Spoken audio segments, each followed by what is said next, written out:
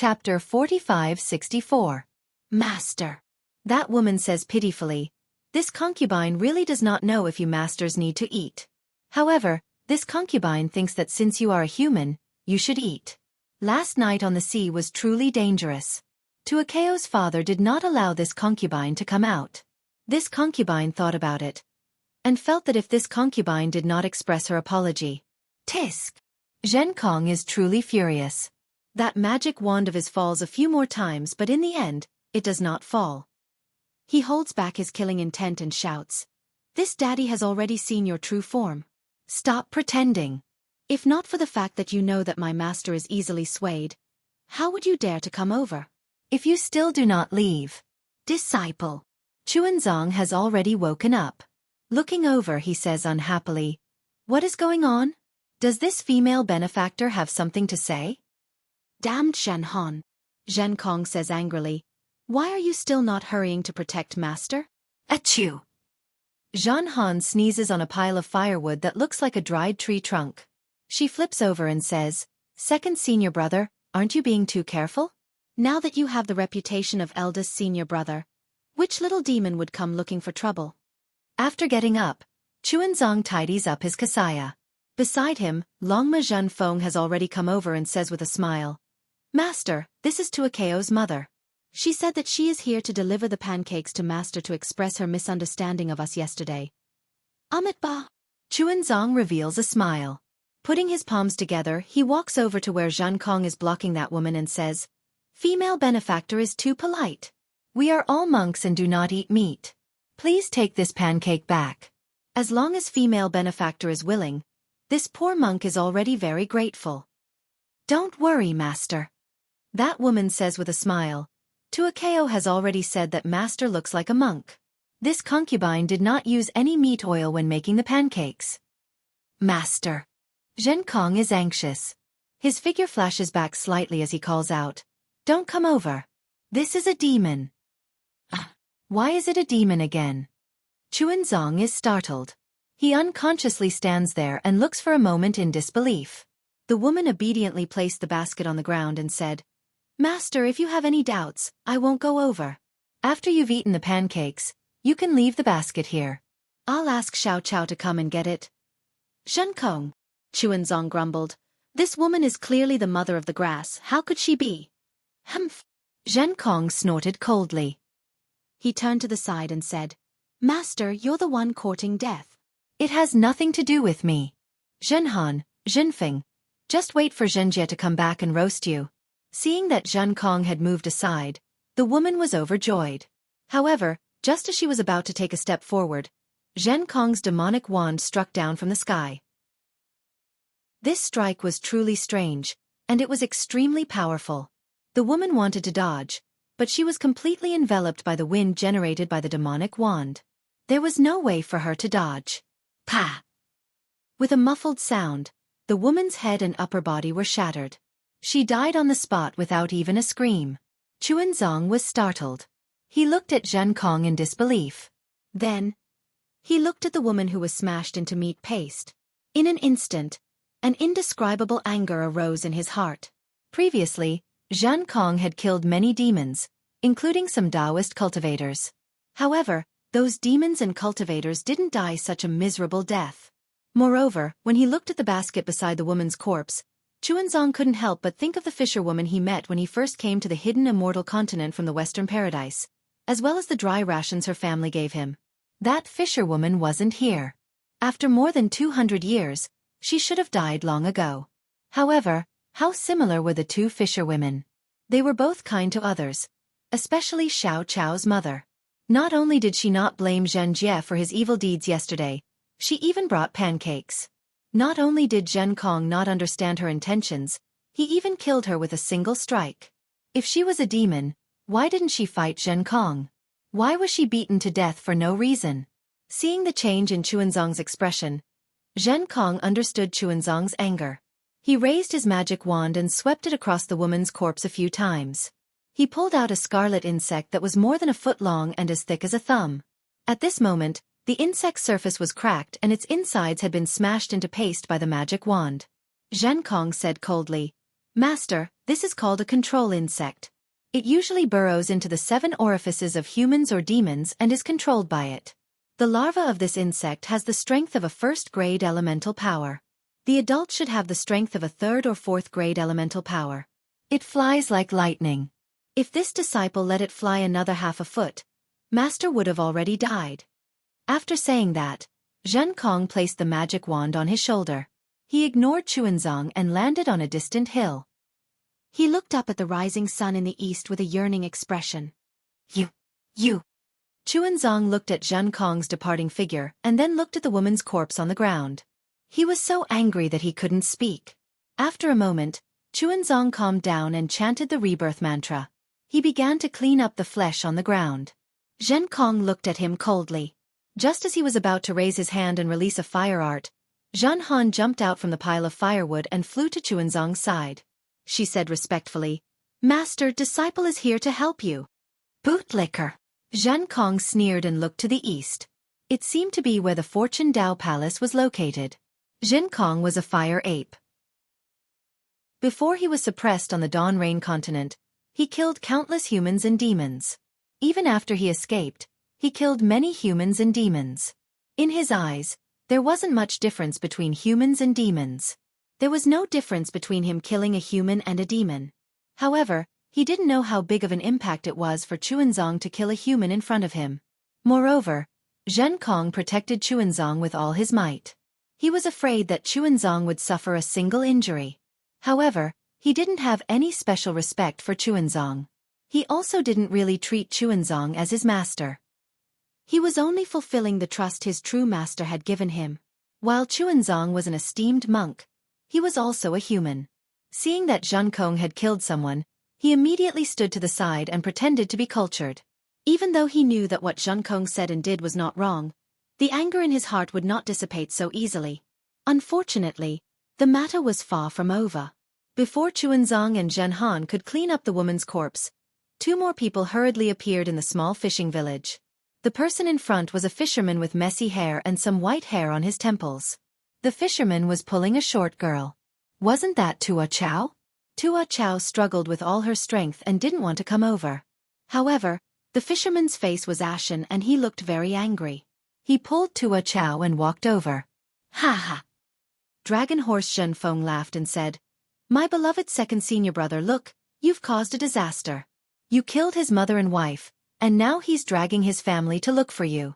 Let's see what you're going to give him as a wife. How about this? You stay in this small fishing village and sell yourself to Tua Chao's father as a worker. When you've earned enough copper coins to give Tua Chao another mother, you can chase after him and continue to pray for scriptures in paradise." Tsk. Zhen Kong was enraged. He revealed the ferocity of a fire ape at Dragon Horse Zhen Feng as he shouted, "Damn it, if you dare to say another word, do you believe that I won't beat you to death with my staff?" Eldest senior brother. Dragon Horse Zhen Feng habitually shouted. However, just as he shouted, he realized that Xianxia had gone to hide. He hurriedly shut his mouth and hid his horse face under his buttocks. Quick! Zhen Han naturally also saw Tua Chao. He hurriedly raised his hand and flames appeared between his fingers. He said, "Master, please let this disciple clean up this mess." "No need." Chuanzong shook his head. This matter must be explained to Tua Chao and her father. After all, this woman is their relative. They should know. Whether they believe it or not, that's their problem. "They are mortals," Zhen Han said helplessly. "How can they believe it?" "Amitabha, your master is also a mortal." Chuanzong chanted Buddha's name. Whether they want to beat or scold, it's up to them. "Master." The fisherman approached and saluted from afar. "My wife just disappeared. I heard from my daughter that she was baking pancakes early in the morning. I didn't see her. Zhen Han waved his hand impatiently. "What does your wife baking pancakes have to do with us?" Isn't this my family's bamboo basket?" The man originally wanted to explain with a smile. However, he inadvertently glanced around and immediately saw the bamboo basket by the side of the road. When he looked to the side, he saw clothes that were not completely buried. "Mother!"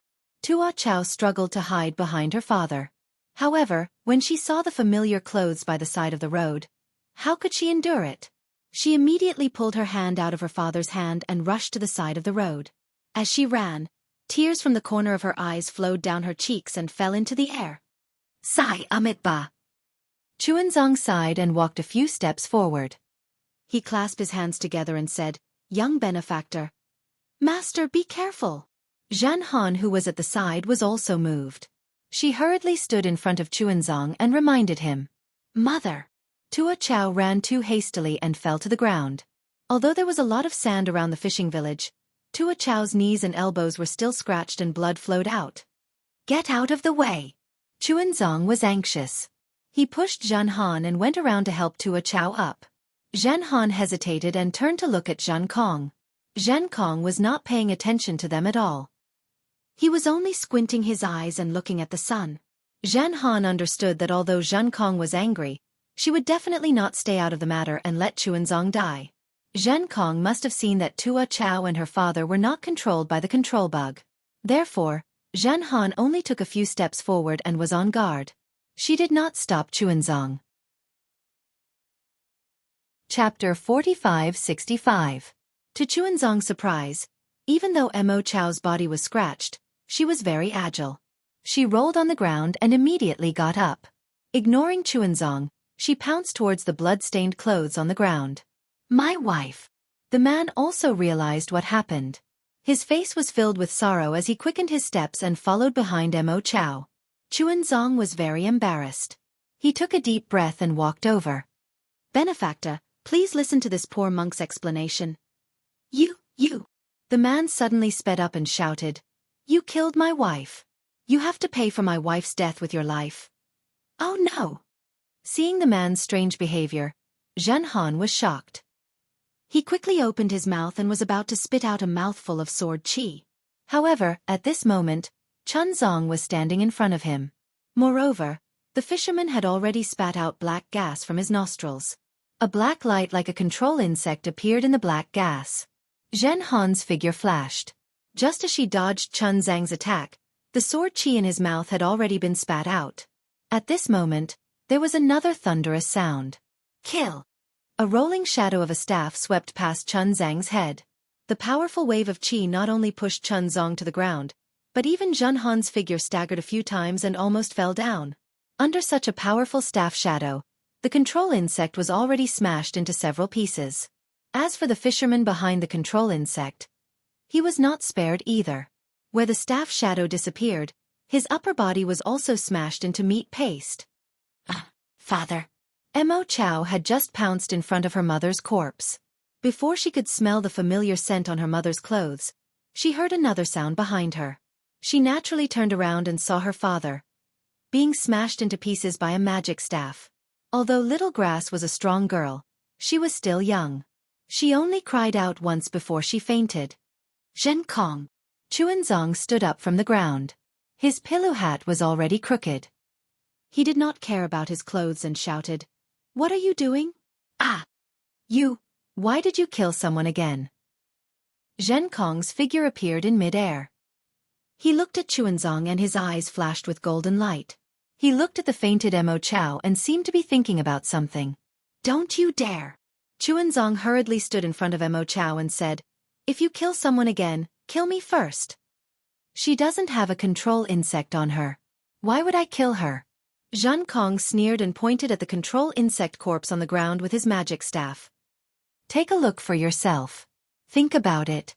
Didn't the black gas fly out of this person's nose?" With that, Zhan Kong did not say anything else and he flew towards the fishing village. Although Zhan Kong didn't say what they were going to do, Zhen Han understood that there was definitely something wrong with this fishing village, since control bugs kept appearing. So Zhen Han shouted, "Zhen, be on your guard. Don't let the monster." Yes. Without Zhen Jie and Zhen Kong, Zhen Feng was very diligent. With a cry, he hurriedly poked his head out from under his butt and looked around. He even cried out, "Damn it, where did all the merit points from the Immortal Palace go? I must report them to Immortal Emperor Go Chen for being absent from work." Amitba. Chuanzong's mouth was filled with bitterness. He squatted down and picked up Mo Chao's thin and weak body. He was really worried about how to explain himself after Mo Chao woke up. Master, Jianghu said softly, these two control insects are really repulsive. The Pegasus only controlled the two adults and did not control the little girl. Second senior brother killed these two adults, and both of them were seen by this little girl. We have no way to explain ourselves. Why don't we kill the little girl as well? Forget it. Ba. Disgust appeared in Chuanzong's eyes. He glanced at Jianghu and said, Jianghu, you are now Ai's disciple and not a Confucian general. Don't break the precepts. Humph. Jianghu coldly snorted and didn't say anything else. She raised her hand and a cluster of flames appeared, burning the corpses of the fisherman and the woman on the ground, as well as the pancakes in the bamboo basket. Chuanzong opened his mouth and wanted to stop her. However, he swallowed the words that were about to come out of his mouth. In less than 5 minutes, Zhen Kong flew out of the fishing village. Chuanzong hurriedly asked, Ba, Zhen Kong, don't commit any more crimes. Why would I be so fierce for no reason? Zhen Kong waved his hand impatiently and said, if there weren't any monsters, I wouldn't have bothered to make a move. With that, Zhen Kong gloomily muttered to himself, this is strange. If there aren't any monsters in the fishing village, why would two control insects appear out of nowhere? Zhen Han glanced at Zhen Kong and said indifferently, you killed people and didn't clean them up. Instead, you asked me to clean them up for you. Now that I've cleaned them up, you can explain to Mo Chao yourself. With that, Zhen Han looked at the fishing village in the distance. At this moment, some fishermen had already poked their heads out, but none of them had the courage to come out. Humph, what's there to explain? Zhen Kong sneered. I only care about protecting Master. I don't care about anything else. If you want an explanation, go and do it yourselves. Mother, father. At this moment, Mo Chao woke up. She called out and sobbed softly. Her small figure shrank into Chuanzong's embrace as she avoided Zhen Kong with a fearful gaze. A little girl had her family destroyed in just one morning. No matter how mature she was, she couldn't accept it. She even thought that she was dreaming. Ba. Chuanzong looked at the unconcerned Zhen Kong and said, Master is hungry. Mo Chao is also hungry. Go and ask for some karma. Yes, Master. Zhen Kong didn't say anything else. He looked at the fishing village in the distance and urged the cloud to fly away. Fuck. Chuanzong looked at the sky in the distance. The sun was already high up in the sky. He took a deep breath. There was a hint of nostalgia and sadness in his voice as he said, when I was still a child, I also had a father and mother at home. They loved me very much. However, one day, when Zhang Qingxiao massacred Yellow Flower Ridge, Zhang Luer was still young. Xiaohua originally thought that Zhang Luer might not know the truth. However, Zhang Luer clearly knew what happened that day. Although he didn't know who Zhang Luer learned the truth from, or if he saw it with his own eyes, he could hear from Chuanzong's mouth that Chuanzong's knowledge and the truth were somewhat different. However, Xiaohua wasn't here. Only Mo Chao, Zhen Han, and Longma Zhenfeng were listening at the side. Zhen Han and Longma Zhenfeng wanted to know Chuanzong's background from Chuanzong. Mo Chao sympathized with Chuanzong's experience. No one knew how serious the difference was. When Zhen Kong slowly flew back with a bamboo basket in his hand, Mo Chao's eyes were still filled with sorrow and hatred. However, the tears in her eyes had already dried up. Children from poor families were always able to adapt to life very quickly. They knew what to do when and what to do. Her parents had already been killed. What she needed to do now was to protect herself and tenaciously survive. Zhen Kong placed the bamboo basket in front of Chuanzong.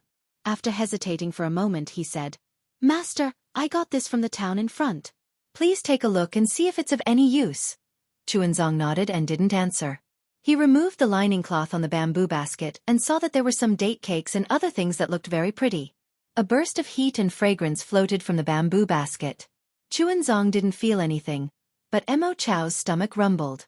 Chuanzong picked up a date cake and placed it next to Mo Chao's mouth. He said kindly, You eat. Master, eat first. Mo Chao raised his hand and pushed it to Chuanzong's mouth without hesitation. Master has been enlightening me for a long time. I'm sure you're already hungry. Okay. Chuanzong saw that Mo Chao was so sensible and felt a little guilty. He picked up another piece and gave it to Mo Chao. Let's eat together. At this moment, Chuanzong didn't look like a monk at all. He was no different from a kind big brother. Mo Chao grinned and forced a smile. Okay, master. After Mo Chao wolfed down the date cake, Chuanzong slowly ate a few mouthfuls. Before Chunzong could do anything, Zhen Kong flicked his finger and a jujube cake flew out of the basket and landed in Liao Chao's hand. Liao Chao was startled and its small body shrank back into Chun Zhang's kasaya. Zhen Kong looked at Mo Chao's fearful eyes and said faintly, Master, disciple has thought about it on the way here. Disciple has gone a little overboard today. However, disciple was only trying to protect master. The situation was urgent. Disciple doesn't know what you're thinking. However, since it has already happened, it's useless for disciple to say anything. Master, do as you see fit. After saying that, Zhen Kong's figure flashed and landed on the hillside. He no longer paid attention to Chuanzong. Ba. Seeing that Zhen Kong was remorseful but his mouth was still unyielding, Chuanzong chanted Buddha's name. He couldn't eat the remaining date cake. Master, hurry up and eat. Chuanzong Kusama put down the date cake and hurriedly said, Eat until you're full so that you can go on your way. You eat. Chuanzong placed the date cake back into the bamboo basket and forced a smile. When you're done eating, this monk will send you home. All right, who else is in your family? At the mention of family, Mo Chao's small mouth twitched again. Tears fell from his eyes and he sobbed as he replied, There's no one else in my family. Young benefactor, do you have any relatives in the village? Chuanzong felt bitter and asked again. However, before Mo Chao could reply, Zhen Kong, who was sitting on the hillside, suddenly jumped up from the ground. He waved the magic wand in his hand and hurriedly said, Damn it, there's no end to this. You too. Hurry up and protect master. Jin Han was also shocked. He hurriedly flew over from afar and waved the weapon in his hand. His eyes flashed as he looked in the direction where Zhen Kong was facing. Chapter 45-66. Dragon Horse Zhen Feng was as lazy as before. However, he also turned around to look, wanting to know which shameless demon or Taoist cultivator had come to court death this time. However, when they saw the demon flying over from afar, they couldn't help but look at each other in dismay. This was because another identical Zhen Kong was carrying a peach tree on his shoulder and stepping on a demon cloud. He had a gloomy expression on his face as he flew back. The second Zhen Kong was clearly a little absent-minded and didn't release his origin will to investigate. Instead, the first Zhen Kong rushed into the sky and roared furiously, Damned demon! You actually dared to transform into my appearance and come over. See if I don't kill you. Zhen Kong shuddered and looked in disbelief at the Zhen Kong, who looked exactly like him standing in front of him. He hurriedly shouted, Master! When the second Zhen Kong saw that Chunzong was safe and sound, he threw the peach tree on the ground and roared furiously, Damned demon, you actually dared to transform into my appearance and come over. See if I don't kill you. When the second Zhen Kong finished speaking, he was stunned. Not only were his words exactly the same as the first Zhen Kong, his tone was also exactly the same. Even he himself couldn't tell the difference. Demon, hit as usual. The first Zhen Kong roared and waved his magic wand at the second Zhen Kong. The second Zhen Kong was also furious. He roared and waved his magic wand. Demon, hit as usual. Oh my! There are actually 2 second senior brothers. Dragon Horse Zhenfeng laughed and said, Which monster race is this? Actually transforming into a fire ape? Is he really not afraid of death? Then, Dragon Horse Zhen Feng released his origin will and swept it across the 2 Zhen Kongs. Hee interesting. Zhen Han sneered. Which great sage wants to pluck the peaches this time? Did he get the approval of the Immortal Palace and the Thunder Monastery? Naturally, Zhen Han sneered and like Dragon Horse Zhen Feng, used the clear eyes technique to look at the 2 Zhen Kongs. The dragon and the human were fine, but after looking at each other for a while, their expressions changed greatly. The 2 of them looked at each other with fear in their eyes. Neither of them dared to say another word. That was because the 2 Zhen Kongs fighting before him not only had the same magic wand and the same techniques, even their strength was exactly the same. In fact, The two Zhenkongs couldn't even be distinguished by the clear vision light and origin sense. However, the dragon and man pondered for a moment and immediately understood that there was definitely something wrong with Zhenkong, who had returned earlier. Because it was impossible for the previous Zhenkong to give in. It was even more impossible for him to have come from the town to beg for alms. Only the Zhenkong who came back later, the one who followed his temper and brought back from a peach tree in the mountains, could be the real Zhenkong. But now, the two Zhenkongs were fighting. Who knew which one was the Zhenkong that returned first and which one was the Zhenkong that came later? Moreover, when they thought about the control worm that appeared in the fishing village and the grass in Chun Zhang's arms, Zhan Han and the dragon horse Zhen Feng shuddered. The trap that they had set for Zhenkong was definitely not small. A demon with such thoughts and the ability to transform into Zhenkong's appearance was definitely not someone they could deal with. Moreover, the sutra seeking extreme bliss had already reached its end after 200 years of suffering. Which demon would dare to come over and blatantly pluck the peaches at this time? If they didn't have a powerful background, Zhan Han and the dragon horse Zhen Feng wouldn't believe it even if they were beaten to death. Shrinking their necks, the dragon and man seemed to have felt a cold wind blowing on their bodies and felt somewhat cold. You two deserve to die. At this moment one of the Zhenkong shouted, Why aren't you coming over to help me? Come over quickly. The other Zhenkong also shouted, This demon is troublesome. His strength is actually on par with me. If you don't come over to help, I won't be able to kill him. Hearing this, Zhan Han immediately jumped into the air and opened his mouth. Sword chi was about to fly out, but the flying sword only flew out half a chi.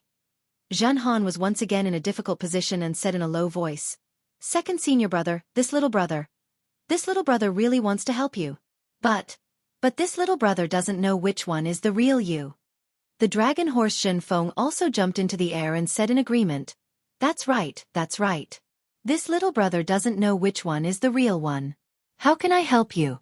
If I help this demon kill second senior brother, wouldn't our sutra-seeking extreme bliss become a joke? Saying this, the dragon horse Zhen Feng turned his head and shouted, Don't you think so, master? Chun Zong was naturally not stupid. The moment he saw the two Zhenkongs, he immediately understood what was going on. However, he was currently the same as Zhan Han and the dragon horse Zhen Feng, dumbfounded. Because he was unable to differentiate the two Zhenkongs. Which one was the real Zhenkong? He is the fake Zhenkong. One Zhenkong shouted. He opened his mouth and spat out a flame. The other Zhenkong also shouted, You are the fake Zhenkong. Saying this, he also spat out a flame. The strangest thing was that when the two flames collided, they were extinguished at the same time. You dare to secretly learn this daddy's magic? See if this daddy doesn't beat you to death. One Zhenkong shouted and raised his magic wand again, while the other Zhenkong also shouted, You dare to secretly learn this daddy's magic? See if this daddy doesn't beat you to death.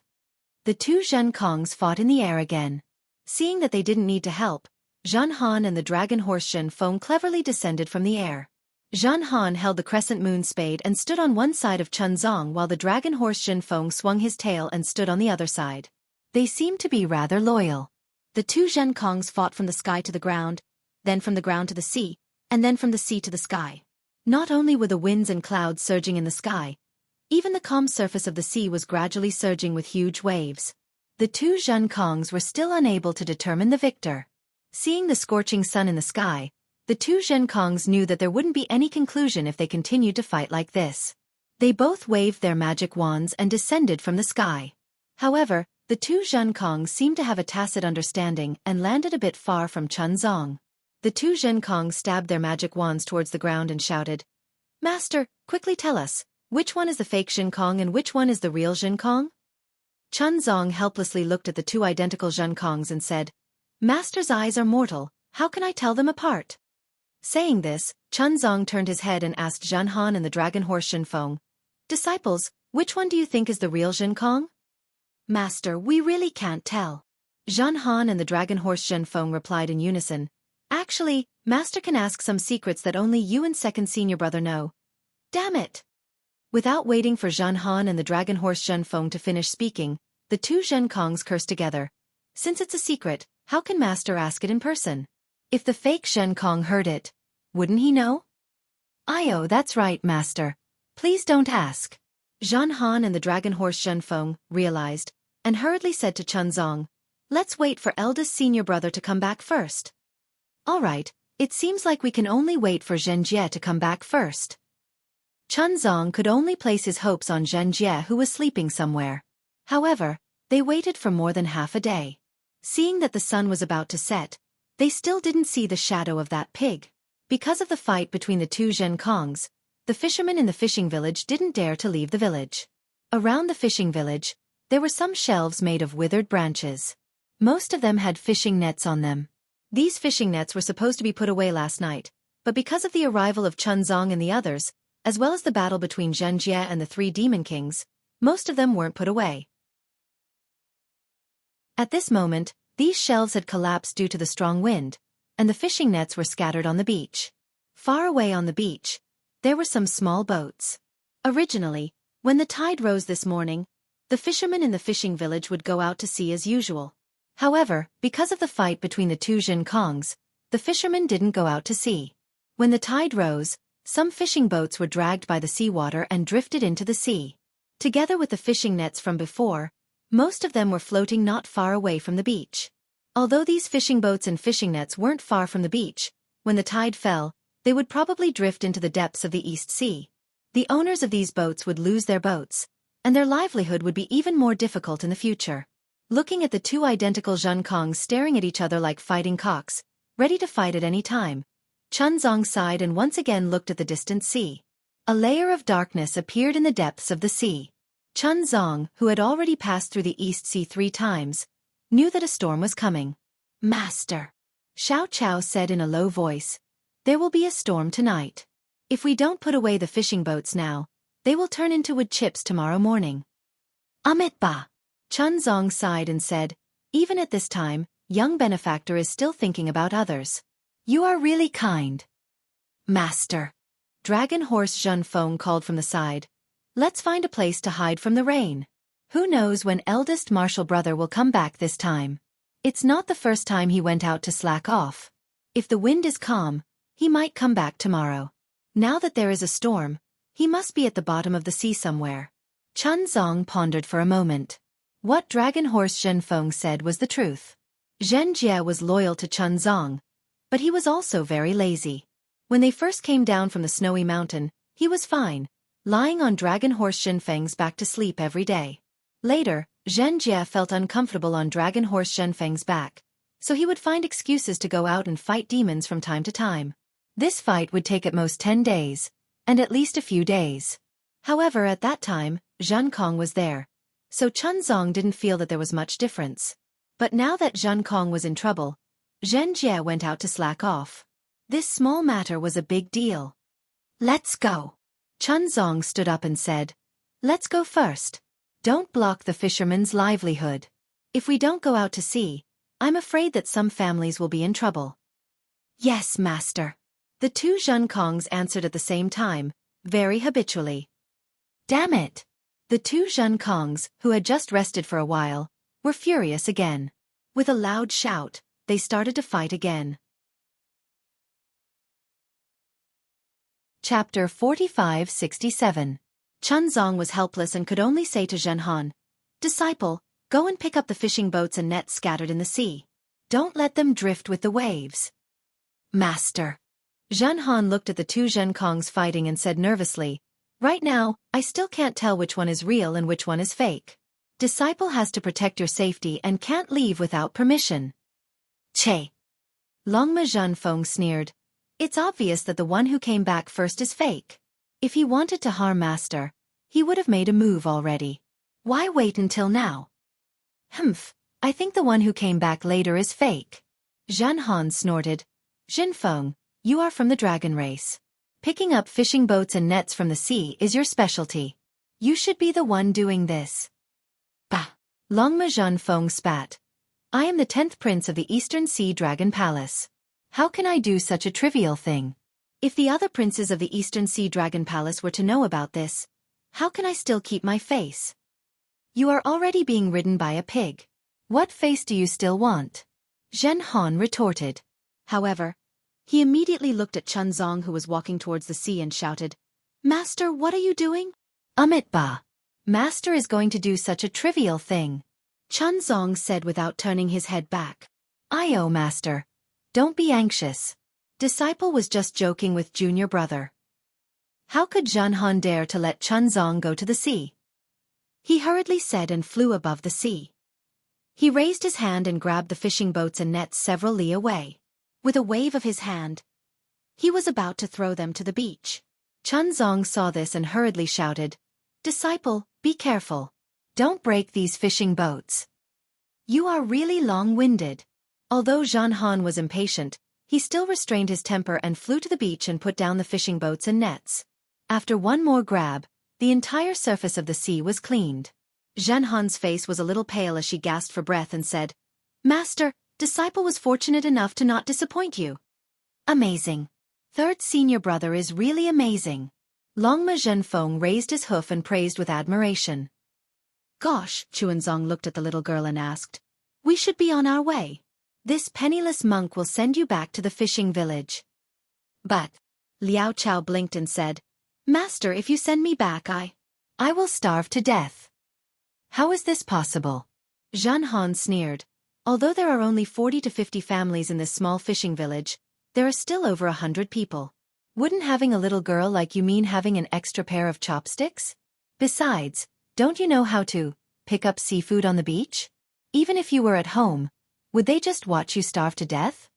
Mao Chao opened her mouth but didn't know how to explain. After a while, she pointed in the direction of the fishing village and said, "Before the new year, there was a guy called Smelly Fish in our village. His parents went out to sea and didn't come back. He disappeared after that." "Amitabha." Chuanjue chanted the name of Buddha. Zhua Chao's worries are not unfounded. These fishermen only relied on fishing for a living, and even a family of 3 might have problems filling their stomachs. How could they spare the energy to adopt a little girl? Not to mention Zhua Chao living alone. Who knows what kind of ancient people she would meet? In this era, people can only live for themselves. Conscience is about to disappear. This is also the reason why Master wants to bring the Mahayana Buddhist scriptures to the hidden immortal continent, so that under the illumination of Buddha's light, the world can become one. "Master, do as you wish," Zhenhan casually replied. "Zhenfeng." Chuanjue spoke again. "Come here." "Yes, Master," Zhenfeng replied.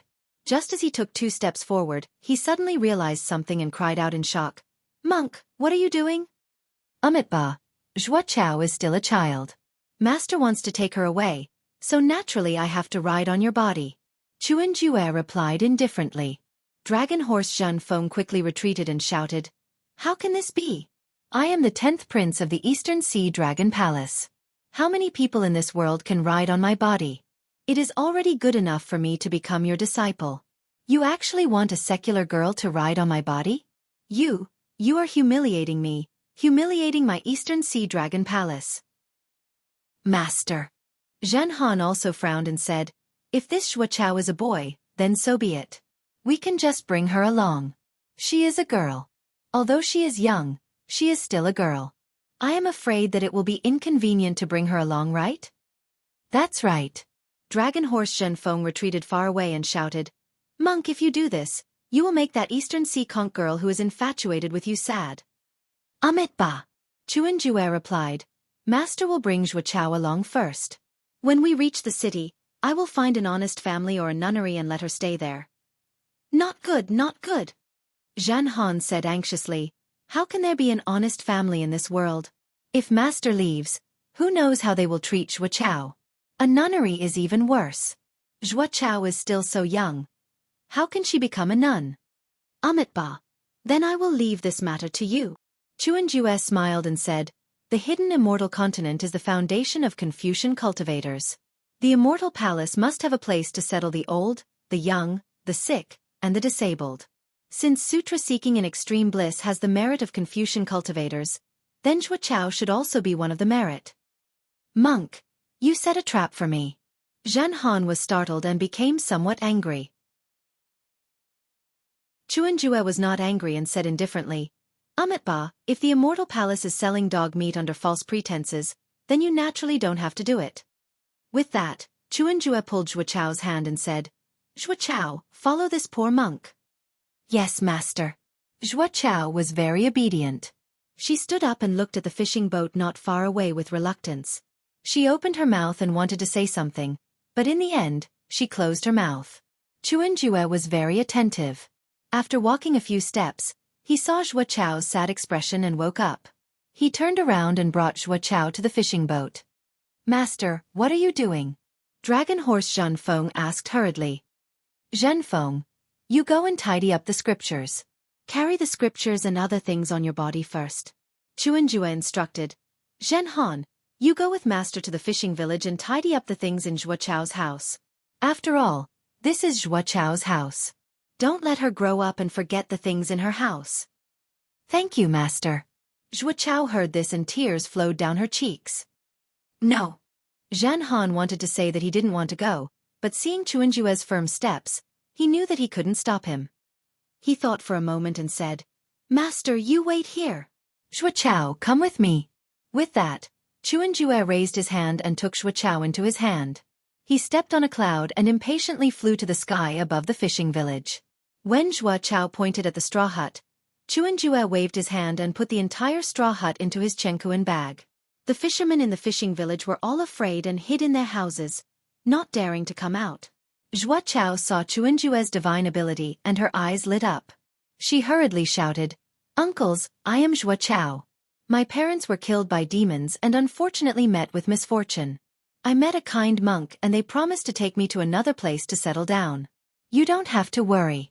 When I grow up, I will come back to see you. Xianxia was extremely impatient, but after hearing Zhuo's words, he couldn't help but look at Zhuo. After all, this child at such a young age was more meticulous than his age. It was indeed rare. However, Xianxia didn't think too much about it. After flying back, he told Xianxia. Xianxia nodded with a smile. He held his staff in one hand and the little Zhuo in the other. He looked at the direction, then looked at the two Zhenkongs who were still fighting in the sky and left. Who is the real one? Who dares to steal my merit? Longma Zhenfeng carried the scripture on his back and looked at the battle in confusion. However, after a moment, he shook his tail and sneered. What does this have to do with me? My merit won't be any less. After saying that, Longma Zhenfeng followed behind Xianxia. However, after a moment, Longma Zhenfeng cursed. Damn it! Why aren't there 2 chastity rings? This scripture is as light as a feather compared to the chastity rings. Humph! Behind Longma Zhenfeng, Xianxia's voice came again. Even if there are 2 chastity rings, won't you still have to carry whoever is killed? Longma Zhenfeng snorted and said with a smile. What if the fake one kills the real one and the fake one isn't lazy? Maybe he won't ride on my back and show off his prowess? You're dreaming. Xianxia sneered. How can the fake kill the real one? Do you think that there are so many 8th grade peak elemental energy experts in this world who would come and join in the fun? That's right. Longma Zhenfeng was also interested and said in a low voice. Xianxia, between the 2 Zhenkongs, which one is the real one and which one is the fake one? Nonsense, the one who came back first is the fake one, the one who came back later is the real one. Xianxia replied without thinking. Longma Zhenfeng was displeased. You're the one who's talking nonsense. Can't you have a nice chat? The night is long and the stars are shining brightly. Don't you want to talk about the biggest secret of immortals, Buddhas, and demons? What's there to talk about? Xianxia sneered. We're all chess pieces. Fate is never in the hands of chess pieces. No, you don't understand what I mean. Longma Zhenfeng laughed. What I mean is between the 2 Zhenfengs, one is the real one and the other is the fake one. Or are both the real one and the fake one? Why did he appear at this time? Oh. Zhenfeng, what do you mean? Xianxia's curiosity was piqued and she asked curiously. Quickly say it. We just came out from the Eastern Sea. Could it be that you got some news? Guesses are guesses. 3rd senior brother, you can't slander me. Longma Zhenfeng was somewhat displeased. Although I came from the Eastern Sea, I didn't see the dragon race from the Eastern Sea Dragon Palace. I didn't even see a single marine race from the Dragon Palace. Eldest senior brother can testify to this. Chapter 4568. All right. Zhen Han smiled and said, "Aren't we fellow disciples? I'm just joking with you, don't take it to heart." Hee hee. Senior brother. Longma Zhenfeng chuckled and asked, "I'm just joking. Think about it, Zhen Kong wasn't originally in the sutra seeking extreme bliss. He was the monk's disciple. This disciple received a lot of merit, and the two of us talked about it before. But now, we still don't know where this fire ape came from. Do you think it's possible that some great sage of the Thousand Beasts sacred realm couldn't stand this fire ape and sent all the beast clans to kick him out of the sutra seeking extreme bliss?" "Of course," Zhen Han replied without hesitation. "This is the most likely scenario. Moreover," Zhen Han glanced at Longma Zhenfeng and said meaningfully, "Junior brother, don't you think that the appearance of this fake Shen Kong has a lot to do with the East Sea Dragon Palace's peace?" Hiss. Longma Zhenfeng couldn't help but suck in a breath of cold air and said in shock, "Senior brother, you mean? Since you've already guessed this possibility, why do you need me to say more?" Zhen Han smiled and didn't say anything. "Don't, senior brother." Longma Zhenfeng thought of another possibility and couldn't help but feel bad. He quickly smiled and said, "I'm just a bystander, so why don't you say it?" Zhen Han rolled his eyes and said ambiguously, "It's your beast clan's matter, why do you need me to say it? Although I don't know what happened in the East Sea Dragon Palace, you should be glad that there are two Zhen Kongs and not two Zhen Fengs." Hi, that's right, I didn't think about it at first, but now that senior brother said it, I know." Zhen Feng seemed to have some lingering fear in his heart as he replied, "It's possible that the great sage of the Great Sage Hall went back on his word. Something happened between the Great Sage Hall and the East Sea Dragon Palace. Fortunately, the East Sea Dragon Palace didn't abandon me, the 10th prince." "That's right." Zhen Han smiled and said, "You're still the 10th prince of the East Sea Dragon Palace, unlike this fire ape who doesn't have any background." At this point, Zhen Han's heart skipped a beat, and he hurriedly transmitted his voice, "That's not right. Jinfeng, do you still remember the snowy mountain?" "Nonsense, who doesn't remember the Great Snow Mountain? Namo Maitreya Buddha achieved enlightenment and Zhenjie became our senior brother." Speaking of the Great Snow Mountain, Dragon Horse Zhenfeng immediately thought of its own bloody history and became somewhat angry. "Do you think that Taoist Xiao is Zhen Kong's backer?" Zhen Han reminded. "I remember that Taoist Xiao treated Zhen Kong quite well back then. Are you kidding me? He's Zhenjie's backer." Dragon Horse Zhenfeng said disapprovingly. "That day, that human didn't say anything to Zhen Kong, and he even cursed at him a lot. The funniest thing is that the fire ape didn't know the immensity of heaven and earth and wanted to ask that human for a magic treasure. Wasn't it rejected by the human?" "That's true." Zhen Han nodded and said, "If Taoist Xiao has a backer, it's not a big deal to give him a magic treasure. Moreover, Taoist Master Xiao rejected him very tactfully. With one look, I can tell that he is not on the same side as Zhen Kong. You humans are really laughable." Dragon Horse Zhenfeng mocked. "A rejection is a rejection. Why did you say, when you are done with the sutra-seeking extreme bliss, come and ask me for it and I will keep it for you? That's too fake." "Hee hee, why else would I be a human? There are a lot of ways of the world that you monsters don't understand." Zhen Han replied with a mischievous smile. "I am a dragon, the 10th prince of the East Sea Dragon Palace, not a monster." Dragon Horse Zhenfeng corrected again. These words, he had probably said it more than 2,000 times in the 200 years he had spent in the sutra-seeking extreme bliss. Zhen Han didn't mind. He raised his head and looked at the two Zhen Kongs in the distant night sky and said with a smile, "In my opinion, this fake Zhen Kong was sent by the Great Sage Palace to kill Zhen Kong and seize his merits." "That's not right." Dragon Horse Zhenfeng was about to nod, but he suddenly thought of something and said in confusion, "If this is the work of the Great Sage Palace, why didn't they lure Zhen Kong to a secret place and kill him before letting the fake Zhen Kong come back?" "That's right, that's true."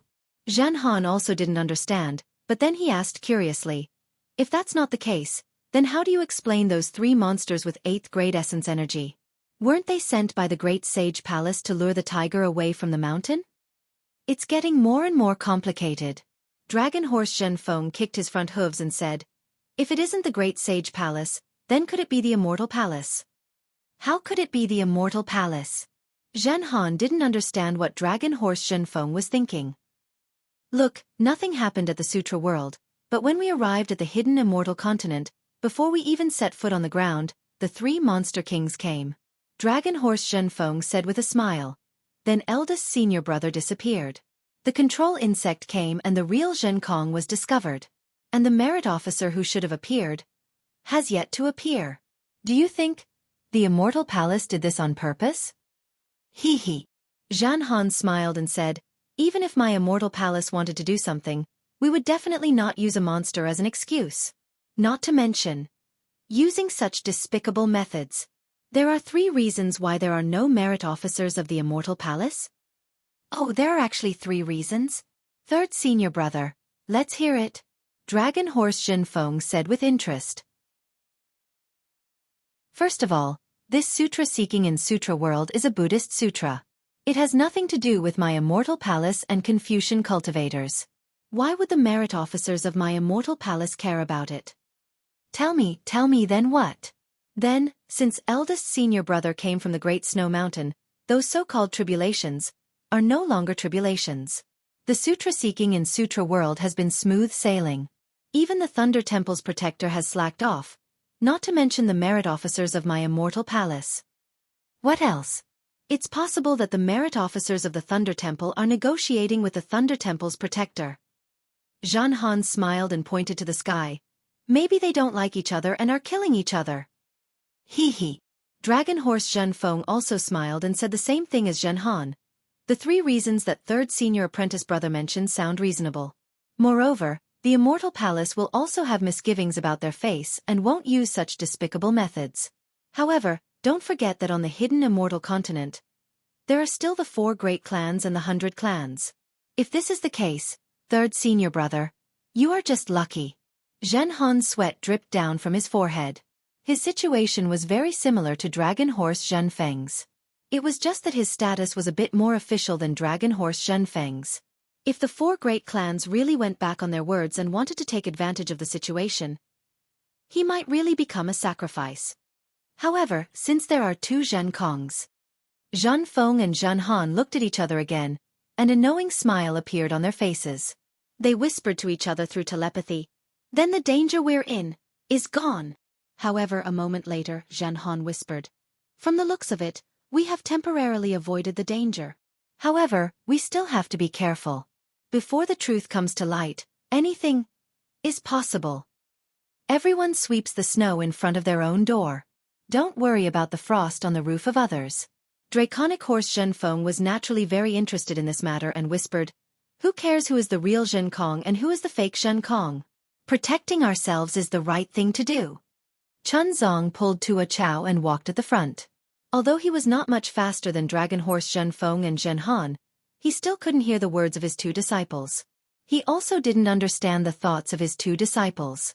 He also didn't know that although he had obtained the sutra that could illuminate the hidden immortal continent, could the people who schemed and plotted against each other really let the Mahayana Sutra illuminate the hearts of the people? The night was extremely dark. There were no stars in the sky.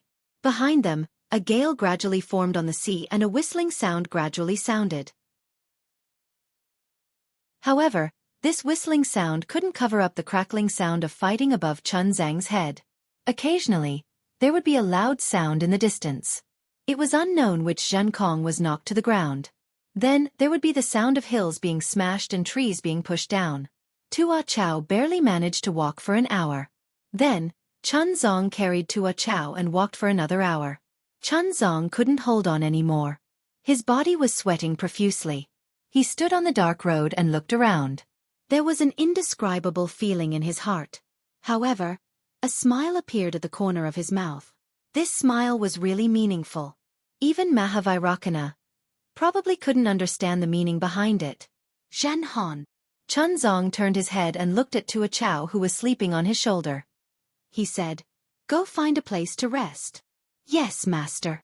Zhen Han responded. She looked up at the fighting in the night sky and flew up slightly. Her eyes flashed with a clear light. She pointed with her finger and said, "Master, there is a shabby cottage over there. No one lives there. Why don't we go there?" Chun Zong nodded and was about to walk in that direction. Zhen Han looked at Chun Zong and said in a low voice, "Master, Give Tua Chow to disciple. Disciple will bring her there and tidy up the cottage. Amit Ba. Go and tidy up. Tua Chow is sleeping soundly. Don't wake him up. Chun Zong panted and replied. Zhen Han smiled and said, Master, you underestimate disciple. How can disciple wake Tua Chow? Then, Zhen Han raised her hand and Tua Chow gently floated up. Chun Zong smiled and let Zhen Han fly away with Tua Chow. He didn't know when the fighting in the sky ended. Chuanzong only knew that when he woke up from his meditative state, the entire thatched hut was rattling. The salty sea breeze was blowing outside, and heavy rain was pouring down. The entire thatched hut seemed to be about to be overturned by the storm. The storm had finally come. Chapter 45-69. Amidst the wind and rain, Mo Chow curled up her small body and laid beside Chuanzong. Even the wind and rain couldn't wake her up from her dream of having parents. Looking at the smile on Mo Chow's face, Chuanzong sighed and stood up. As soon as Chuanzong moved, the originally closed wooden door opened with a loud bang. A gust of wind mixed with the cold rain rushed into the thatched cottage. Chuanzong hurriedly stood to the side and blocked the rain that landed on Mo Chow's body. However, a gust of cold wind still woke Chong Chow up. She rubbed her eyes and was about to act coquettishly when the smile on her face disappeared. Returning to reality, she hurriedly stood up carefully and stood beside Chuanzong like a maidservant. Master. Outside the cottage, the two Zhenkongs each held a magic wand and stared at each other. They spoke in unison. Tell me which one of us is the real one and which one is the fake one. The real one stays, the fake one. Scram. Although the torrential rain outside the cottage was heavy, layers of demonic aura were generated in the space a few feet around the two Zhenkongs. The demonic aura was scorching hot like flames, preventing the torrential rain from landing on the two Zhenkongs. However, the two Zhenkongs were covered in mud and even had some bloodstains. It was obvious that they were injured during the fight. Chuanzong looked at them and felt his heart ache. After listening to the two Zhenkongs, he understood that the two Zhenkongs were exactly the same. Neither of them could defeat the other. That was why they came to such a compromise. Unfortunately, Chuanzong looked at them again and again. After the time it took to finish a meal, he spoke. Disciple, I really can't tell. Who is the real Zhenkong? You need the heavenly eye of Buddhism to be able to tell, right? Can't both of you fly? If you can, go to Leiyin Temple. Mahavairakana should be able to tell the difference. Monk. To Chuanzong's surprise, the two Zhenkongs spoke at the same time. You think I've been protecting you all this time? Now that I need your help, you can't even tell who is the real one and who is the fake one. Chuanzong was not surprised by Zhenkong's lack of respect. What he found strange was that the two Zhenkongs actually spoke the same word. He said helplessly, Oh Zhenkong, you've seen it for yourself. It's not that I don't want to help you. Whatever you want to say, that fake knows in advance. Even the way you speak is the same. How can I tell the difference? If that's the case, the two Zhenkongs said at the same time, let's go find the Vairocana revered one. Monk, be careful along the way. Go, master will wait for you here. Chun King nodded and replied. Hee, monk. Do you think Leiyin Temple is a small fishing village? The two Zhenkongs mocked. It'll take months or even years for us to make a round trip. You'd better go on your own. I see. Chuanzong was stunned. If that's the case, why don't you wait until Xianxia comes back? Him. The two Zhenkongs sneered. If only he could see through it. Then, Chuanzong hesitated and asked, This is already the hidden Immortal continent. Can the Immortal Palace help? That's right, that's right. Hearing this, the two Zhenkongs were overjoyed and shouted, Damn Zhen Han, why aren't you hurrying to find the Merit Chow on duty? Second senior brother. Zhen Han smiled bitterly. With such strong winds and heavy rain, where do you want me to find? Without waiting for him to finish, the two Zhenkongs raised their wands and said, Damn it, if you dare to say another word, I'll beat you to death. Seeing that the two Zhenkongs were angered, Zhen Han did not dare to stay out of it. He hurriedly waved his hand and said, Second senior brother, don't be anxious. I'll go and find the Merit Chow on duty now. Hurry back. The patience of the two Zhenkongs had long been worn out. He waved his wand and said, Be careful of my wand. Yes, yes.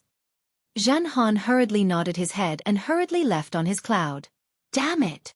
The eyes of the two Zhenkongs turned blood-red, and there were flames within the blood-red eyes. Both of you are useless. You can't even see through a demon. Fight!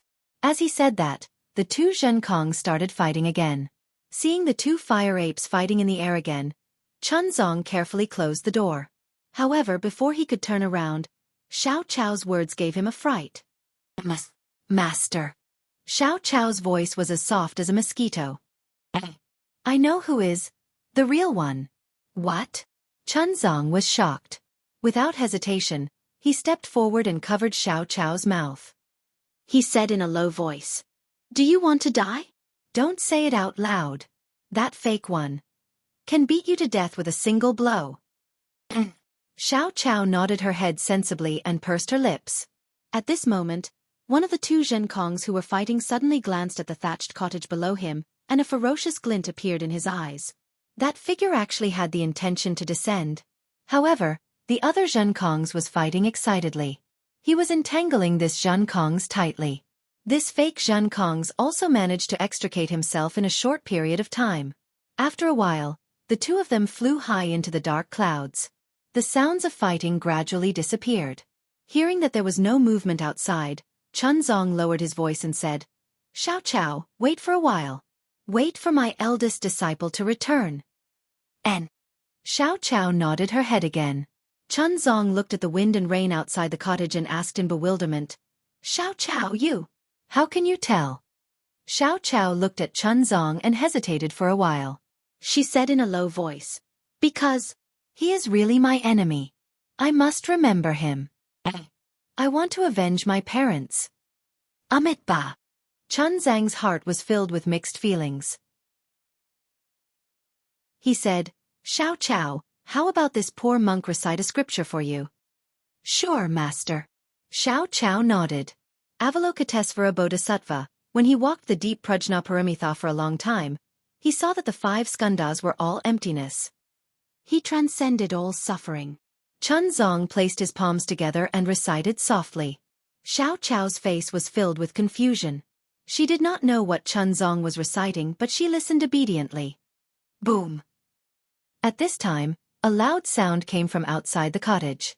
It was unknown whether it was the wind and rain or the aftermath of the battle, but the roof of the cottage was suddenly lifted and the wind and rain poured in. Chunzong immediately understood what happened. He did not hesitate and pulled Xiao Chao into his arms. There was no fear on his face. He raised his head and looked at the wind and rain while chanting the Heart Sutra of Prajnaparamita. Clap, clap, clap. The sound of the magic wands hitting each other was endless. Soon after, the sound gradually faded away. However, Chunzong was not at ease. He still protected Xiao Chao in front of his chest, blocking the wind and rain and danger. "Damn it!" Longma Zhenfeng's voice came from outside the cottage.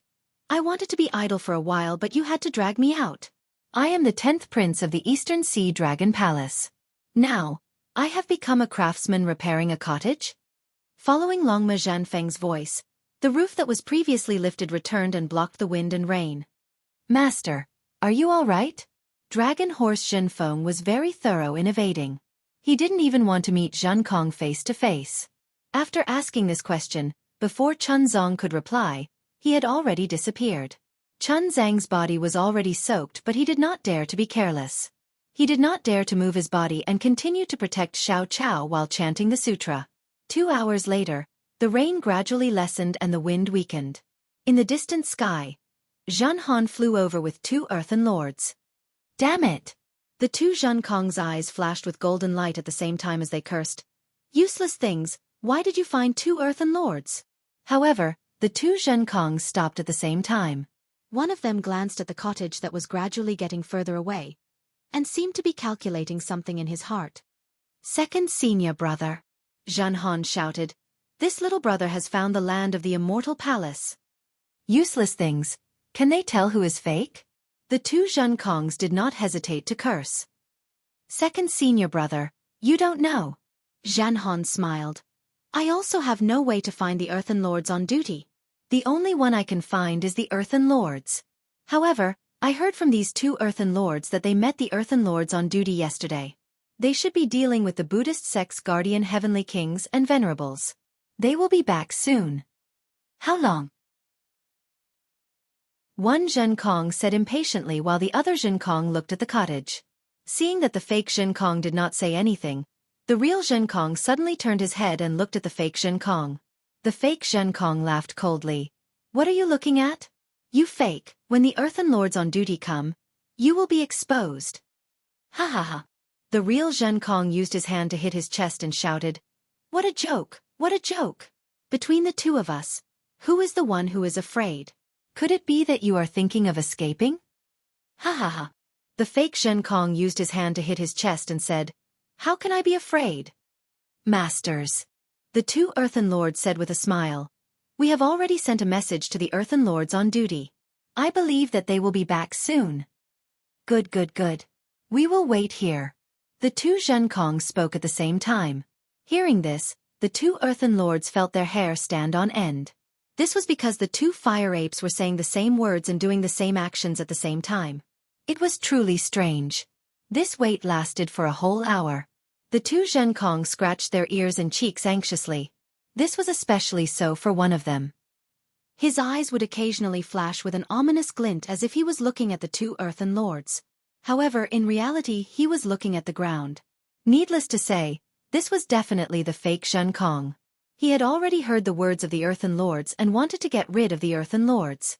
If there was only the real Zhen Kong, he would not hesitate to rush down and kill the Earthen Lords.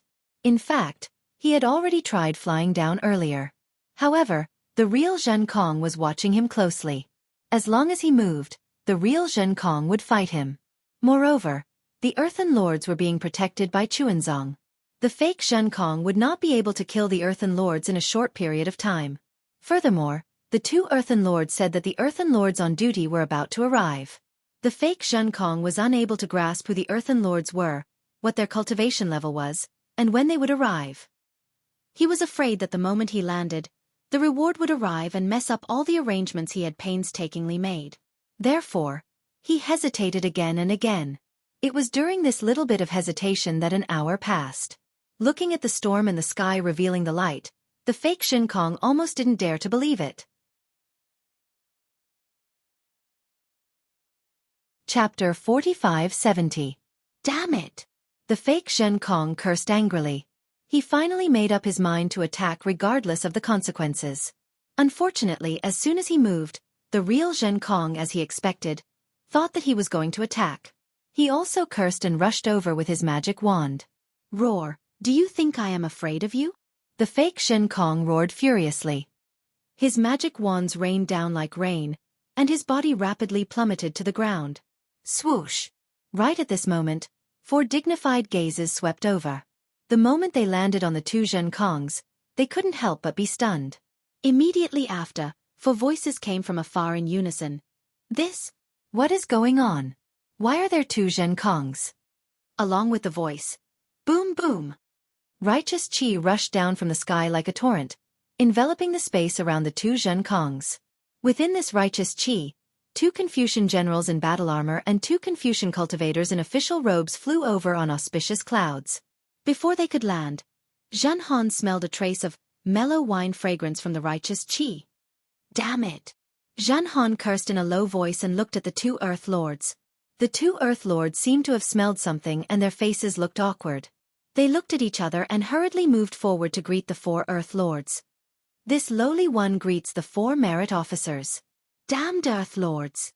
The one in front was a Confucian cultivator wearing a red official robe. He had a fat head and big ears. His stomach was slightly protruding and the wings on his official hat were slightly swaying. Under the hat, he had a red face and a pair of eyes that were even more protruding than his stomach. This Confucian cultivator was holding an object that looked like an imperial tablet. When he saw the 2 Earth Lords bowing, he scolded.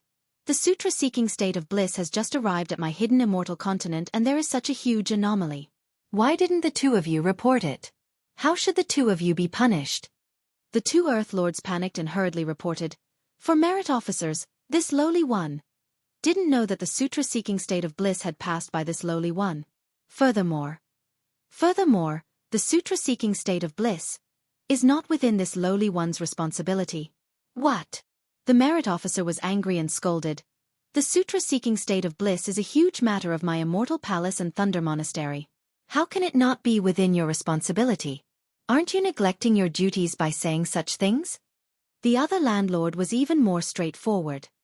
This lowly one has already sent the information about this place to Sir Merit Officer 2 hours ago. The merit officer was startled. He turned his head to look at the other Confucian general who was wearing battle armor and holding a hatchet in his hand. He asked curiously, "Merit officer on duty, is there such a thing?" The merit officer's face was also slightly red, but his expression didn't change. He faintly replied, "Lord Merit Officer, I have received some messages, but I don't know which one is from the local land. After all, we have to deal with the Buddhist sect's guardian heavenly kings. There are too many things, and it's difficult to deal with them one by one." As he spoke, the merit officer on duty took out a few small booklets that looked like memorials. He casually flipped through them a few times and took out one of them. He opened it and nodded. "Indeed, it has been issued. Since that's the case, you are all innocent." The merit officer came to a conclusion. He looked at the ground and said proudly, "Thank you, my lord." The two landlords finally heaved a sigh of relief. Then they immediately asked, "My lord, we still have duties to do. Do you think we can leave first?" "Leave." The merit officer on duty glanced at the two Jiangkongs who were still fighting fiercely. He faintly said, "Is there anything more important in the hidden immortal continent than sutra seeking in nirvana?" This. The two landlords didn't know how to answer. Zhenhan hurriedly said, "Lord Merit Officer on duty is right. Sutra seeking in nirvana came from nirvana to the hidden immortal continent. Previously, everything was in order in nirvana, but when it came to our hidden immortal continent, there was a problem. If our immortal palace didn't handle it properly, it would damage the face of us Confucian cultivators." That's right, that's right. That's right. The other old man wearing an official's robe praised. "The two of you also wait here for orders." "Yes, Lord Merit Officer on duty." The two disciples knew that this was Lord Merit Officer of the Four Seasons' action to share the responsibility, but they couldn't do anything about it. They could only respond and respectfully stand at the side. "Humph." The Merit Officer on duty snorted coldly. He waved his hand and a dozen inscription chains as thin as a thumb appeared. They circled around in the nearby space. He said, "Where did this evildoer come from? He actually dares to disturb the order of our immortal palace's sutra seeking in nirvana? Hurry up and capture him." When the two Jiangkongs who were fighting fiercely saw this, joy appeared on their faces. At the same time, they put away their magic wands and flew up to the clouds. They shouted, "Old Merit Officer, you guys are finally here. Hurry up and let us see which one is real and which one is fake." "Damn it!" The merit officer on duty cursed in a low voice. He raised his head and looked at the sky, which was filled with mottled clouds. It was as if he disdained to speak with the two Jiangkongs. "Humph." The merit officer on duty didn't speak.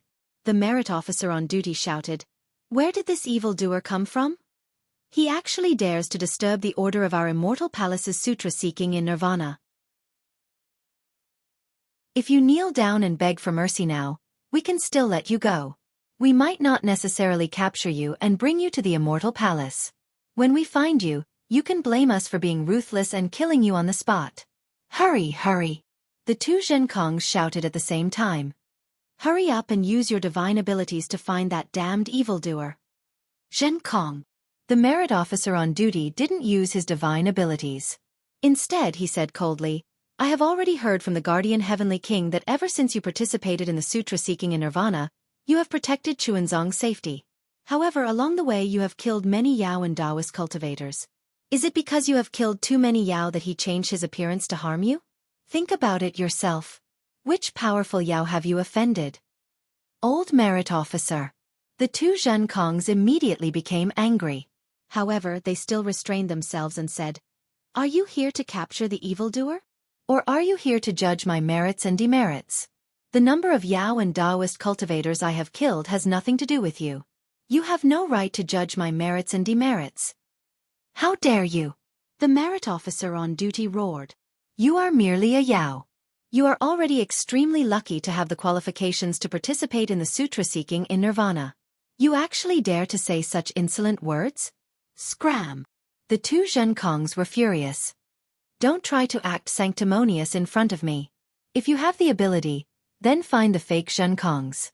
If you don't, then hurry up and scram. When we kill our way into the Immortal Palace, we will let the Immortal Emperor punish your criminals. With that, the two Zhenkongs moved and were about to fly towards the depths of the hidden Immortal Continent. Wait.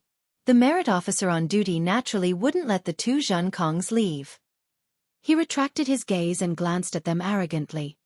Vile spawn, since you are not willing to grab this last chance, then don't blame me for being impolite. As he spoke, the merit officer slapped his forehead. His eyes flashed with a silver light, and a cold light shone down, covering the two Chens. However, a moment later, the merit officer's face was filled with surprise. He said, "Sirs, let's use the Four Seasons all-seeing technique at the same time." It can't be. The merit officer on duty was astonished. However, when he saw the merit officer on duty's expression, he immediately shut his mouth. A bronze color appeared in his eyes. As for the merit officer on duty and the merit officer on duty who had been silent all this time, a clear light appeared in their eyes and landed on the two Zhenkongs at the same time. Not to mention the four merit officers, even Zhen Han could clearly see that under the Four Seasons detection technique, the color of the entire space seemed to have faded. Layers upon layers of light were extinguished and only black and white colors were left. Unfortunately, within the inscription chains, there were two identical Zhenkongs. Although their hair and clothes were gone, the two fire apes with flickering flames around their bodies were still the same. Cough, cough. A moment later, the merit officer on duty coughed and the clear light disappeared. He then said, "Zhenkong, your situation is rather special. The four of us still need to study it." Bullshit. The two Zhenkongs roared, "I've seen many people who don't do a single thing. However, this is the first time I've seen someone as shameless as you. If you have the ability to distinguish the two Zhenkongs, that's fine. However, since you're so useless, what qualifications do you have to humiliate me? Hit me." As he spoke, the two Zhenkongs raised their wands at the merit officer on duty. The merit officer on duty clearly didn't expect the two Zhenkongs to suddenly attack. The wands swept through the sky and instantly shattered the inscription chains. Caught off guard, the wands landed right in front of the merit officer on duty. Damn it! The merit officer on duty was alarmed. He waved his hand and countless pillars of boundless chi surged out like ocean waves in an attempt to block the two wands. Boom! In the blink of an eye, the two wands hit the merit officer on duty. With a loud explosion, the merit officer on duty shattered the merit officer on duty. Even his fingers were dripping with blood. "Rebel, rebel!" The merit officer on duty shouted, "You guys really don't want to live anymore." As he spoke, the merit officer on duty pointed at the merit officer on duty and said, "Why aren't you guys killing these two evildoers?" "Sir." The merit officer on duty and the merit officer on duty looked at each other and replied, "We were ordered by the Immortal Emperor to protect the master and disciple of the sutra seeking extreme bliss. Now that the two Zhenkongs can't distinguish the real from the fake, we can't do anything." Woo! The two Zhenkongs' wands once again fell from the sky and attacked the merit officer on duty's forehead.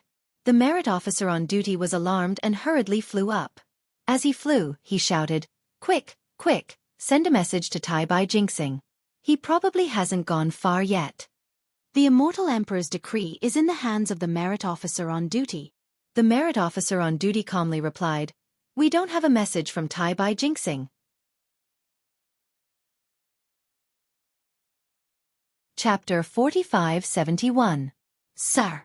The merit officer on duty did his best to dodge the two magic wands and shouted, "Whoosh!" Before the merit officer on duty could finish his words, the merit officer on duty waved his hand and a golden meteor shot into the sky, disappearing in an instant. Humph! Seeing that the message had been sent, the merit Chow opened his mouth and several clouds appeared, blocking the magic wand as he shouted, "When Lord Tai Bai Jinxing arrives, see if I won't teach you a lesson." Whoosh! With a clear sound, the clouds were swept away and two Zhenkongs appeared in front of the merit officer on duty. The merit officer on duty was so frightened that he hurriedly retreated. Seeing that the merit officer on duty was retreating, The two Zhenkongs stopped. They lazily put away their magic wands and scratched the fur on their body, coldly saying, "The immortal officials of the Immortal Palace are only as..." No wonder they couldn't send out any capable subordinates. Previously, I didn't understand why Zhen Han was so lazy and tried to shirk his responsibility. Now that I look at you all, going too far is as bad as not going far enough. If you all also participated in the sutra-seeking extreme bliss, I would have already beaten your butts. When Zhen Han heard this, his face turned ashen. Right now, he didn't want to help Zhenkong find the fake Zhenkong. Instead, he wanted to beat the real Zhenkong to death. Alright, since Tai Bai Jinxing of the Immortal Palace is here, then I will wait here. Then I'll wait here and see what kind of ability that old man has. The two Zhenkongs were also tired of fighting. They muttered as they stood in the air. However, the two of them revealed an ominous glint in their eyes as they stared at each other, as if they would attack if the other party wasn't careful. At this moment, the fake Zhenkong no longer looked at the thatched cottage. His hesitation had already caused him to throw away his best chance. The arrival of the merit officer of the Four Seasons had completely ruined his plan. Now, he could only act according to the situation. Boom! In just a short moment, a rumbling sound could be heard in the distant sky. The vast energy pillar within several hundred li of the space was like a surging tide. Layers of whirlpools mixed with fragments of inscriptions were thrown into the sky like water splashes. Woo! Amidst the whistling of the wind, a dozen distorted and flat light shadows streaked across the sky and landed in front of everyone in an instant. A wave of majestic aura emanated from these light shadows, causing everyone to feel suffocated. Just as everyone was about to bow and salute, shwa! A tricolored rainbow bridge appeared among the dozens of lights and shadows, and shot towards the sky where everyone had come from. Boom, boom, boom. Hundreds of mighty pillars of energy descended, and the dozens of glowing figures instantly filled up.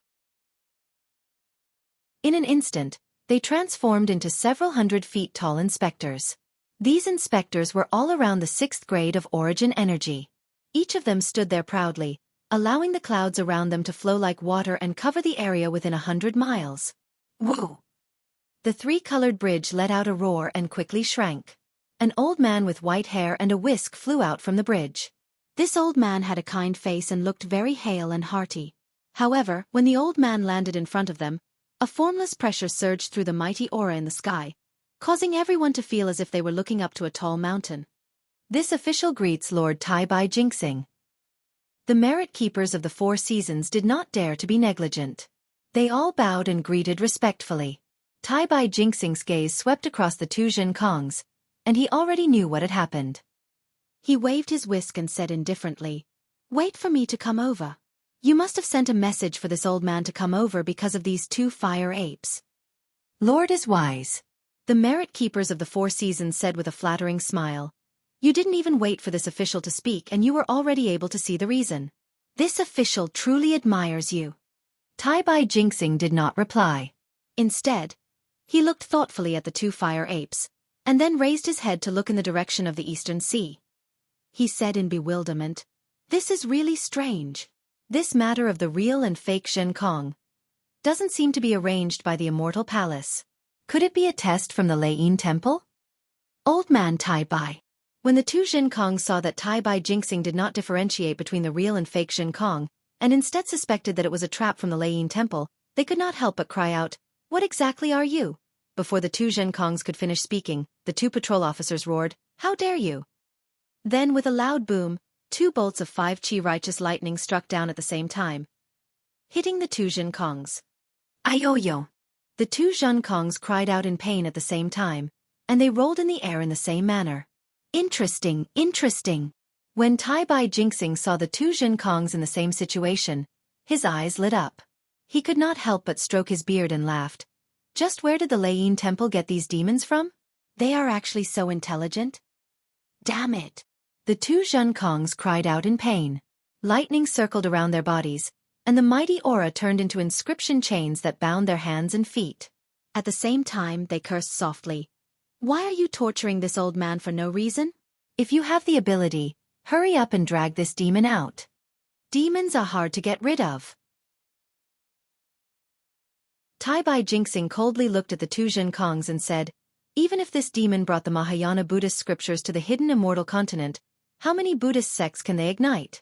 Previously, this old man was still worried, but after looking at this fire ape, this old man finally understood the immortal emperor's intention.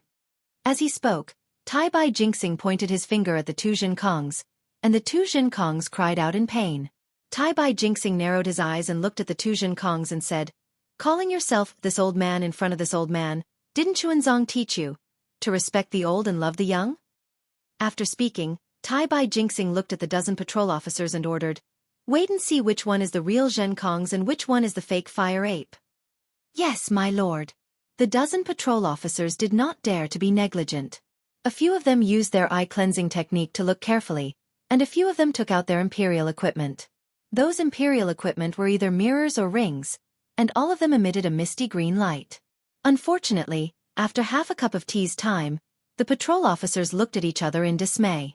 They looked at each other and said in unison, "My lord, please know that we are unable to identify them." "It can't be." Tai Bai Jinxing was somewhat bewildered.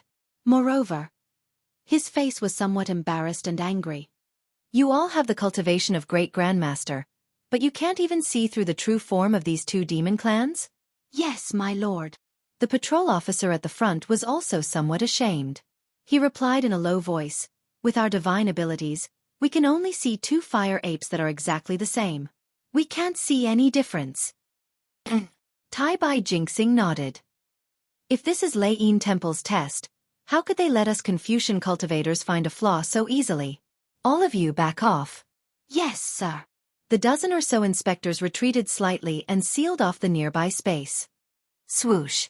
Tai Bai Jinxing waved his hand and a cold light flew out. It was like a full moon rushing into the sky. When this light appeared, everyone could see clearly that it was a mirror that was like a full moon. This mirror was different from ordinary mirrors. The surface of this mirror was light gold. However, this light gold color seemed to be slightly cold. Moreover, the surface of the mirror was not flat. It was actually a layer of uneven surface. The light on the surface of the mirror shot out from the uneven surface, bringing with it some black spots. "Quick!" Tai Bai Jinxing roared. He raised his hand and pointed. The mirror continued to spin in mid-air, and an oval light shadow was born in mid-air. Strange. Zhen Han, who was at the side, could clearly see that Tai Bai Jinxing's chanting was actually a Taoist mantra. As for the golden light that came from his finger, it was similar to Taoist magic power. Pooh! Just as Zhen Han was in shock, Tai Bai Jinxing slapped the top of his head. A five-colored true energy surged out, turning into the shape of a pear blossom and rushed into the sky. When this cloud appeared, not only did it illuminate the surrounding tens of feet, it also caused thousands of pillars of vast chi to crash down. Woo! The cloud let out a trembling sound. In an instant, it expanded, and the five-colored pear blossom could be seen. It looked very lifelike. Go! Tai Bai Jinxing opened his mouth and blew. A gust of golden chi fell into the five-colored pear blossom. The cloud rolled and rushed into the light shadow formed by the rolling light shadow. When the cloud fell into the light shadow, it crashed into the mirror. Boom! The sound of thunder suddenly rang out. Strands of lightning appeared on the uneven surface of the mirror. Then, the entire surface of the mirror shone brightly. When the mirror flipped again, a faint golden pillar of light flickered a few times before crashing down. It was precisely the two Jinkongs. How is this possible? After the thunderous roar, there was a deathly silence. However, Zhen Han's cry of surprise came at an untimely moment. "It's actually two fire apes?" Under the pillar of light, the two Jinkongs revealed their true demonic appearance. Within the flames that were thousands of feet in size, the two fire apes revealed their ferocious faces. Two sharp fangs protruded from their bloody mouths, and a pair of blood-red eyes were filled with ferocity. After Zhen Han's cry of surprise, she immediately came to her senses and hurriedly said in a low voice, "This junior knows her mistake." Then, she lowered her head with confusion in her heart. After all, no one knew the origin of the Jinkongs. Now that two identical fire apes had appeared, how could the mastermind behind this be ordinary? Humph! Tai Bai Jinxing let out a cold snort, and a five-colored light appeared in his eyes. Within the five-colored light, Inscriptions that were even smaller than ants appeared. These inscriptions quickly gathered in the five-colored light, forming circles of light. These circles of light rotated like growth rings and slowly fell into Tai Bai Jingxing's eyes. Crack, crack, crack. The moment the circles of light touched his eyes, they immediately produced thunderbolts. These thunderbolts turned into five-colored lightning and turned into a net. Through this net-like lightning, Tai Bai Jingxing's gaze landed on the two fire apes' true forms. Ah! When he saw the two Zhenkongs in front of him clearly, Tai Bai Jingxing was stunned. Then, as if he didn't dare to believe himself, he blinked his eyes, and the net of thunderbolts in his eyes flashed again. After half a cup of tea's worth of time, Tai Bai Jingxing closed his eyes and the five-colored halo slowly disappeared. When Tai Bai Jingxing opened his eyes again, a strange smile appeared on his face. It seemed as if he had a card up his sleeve, but at the same time, it seemed as if he didn't know anything.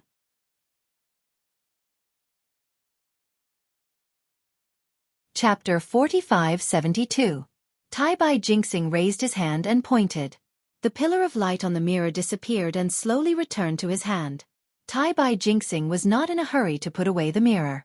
Instead, he played with the mirror in his hand and looked at the two Zhenkongs whose fire ape true form had completely disappeared. Old man Tai Bai. At this moment, one of the Zhenkongs spoke while the other one didn't. However, right after the first Zhenkong finished speaking, the second Zhenkong also shouted, "Can you tell who is real and who is fake?" "Of course I can." Tai Bai Jingxing seemed to have made a decision and replied with a smile. "Speak, speak." The two Zhenkongs shouted together, "Who is real and who is fake?" "Both of you are real and fake." Tai Bai Jingxing replied with a double meaning. "Bullshit." One Zhenkong said angrily, "Since you can tell, why don't you dare to say it?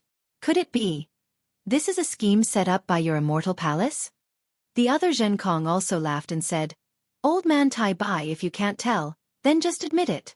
Why are you deliberately mystifying things here? I heard that Immortal Palace's Immortal Emperor Go Chen has a clear sky mirror that can search the entire world. Presumably, that thing can tell who is the real Zhenkong.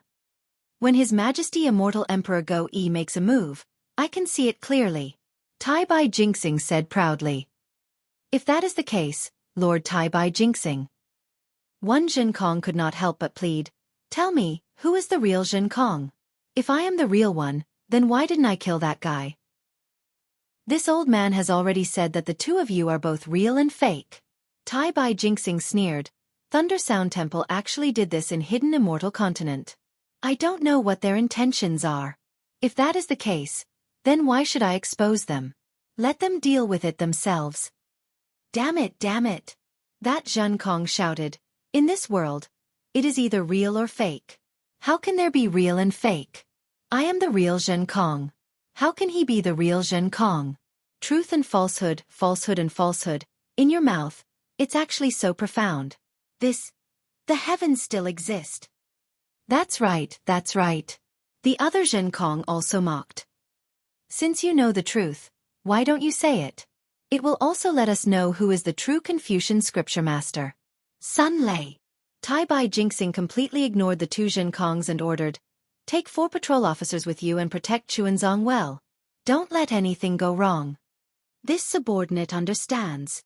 One of the patrol envoys replied and flew down to the thatched cottage with 4 other patrol envoys. At this moment, one of them, Zhenkong, was no longer as impatient as before. He looked on coldly without saying a word. "Sun Hong," Tai Bai Jingxing ordered, "send a message and ask the Thunder Temple's guardian Heavenly King and Namo Wise Manjushri to come back." Tai Bai Jingxing enunciated the word, "please" very loudly, as if he was angry. "Yes." One of the patrol envoys replied and was about to take out a communication object from his waist. At this moment, Tai Bai Jingxing rolled his eyes and said with a smile, "Namo Wise Manjushri is a famous bodhisattva of the Thunder Temple. If he doesn't come back after receiving the message, our Immortal Palace will be guilty of disrespect. Forget it. Sun Hong, go and ask them. I believe they won't be in a hurry to return to the Thunder Temple." "Yes, my lord." Sun Hong agreed, and thousands of lights and shadows appeared around her. These lights and shadows twisted and extended toward the East Sea along with the great pillar of Qi, Damn it, damn it, damn it.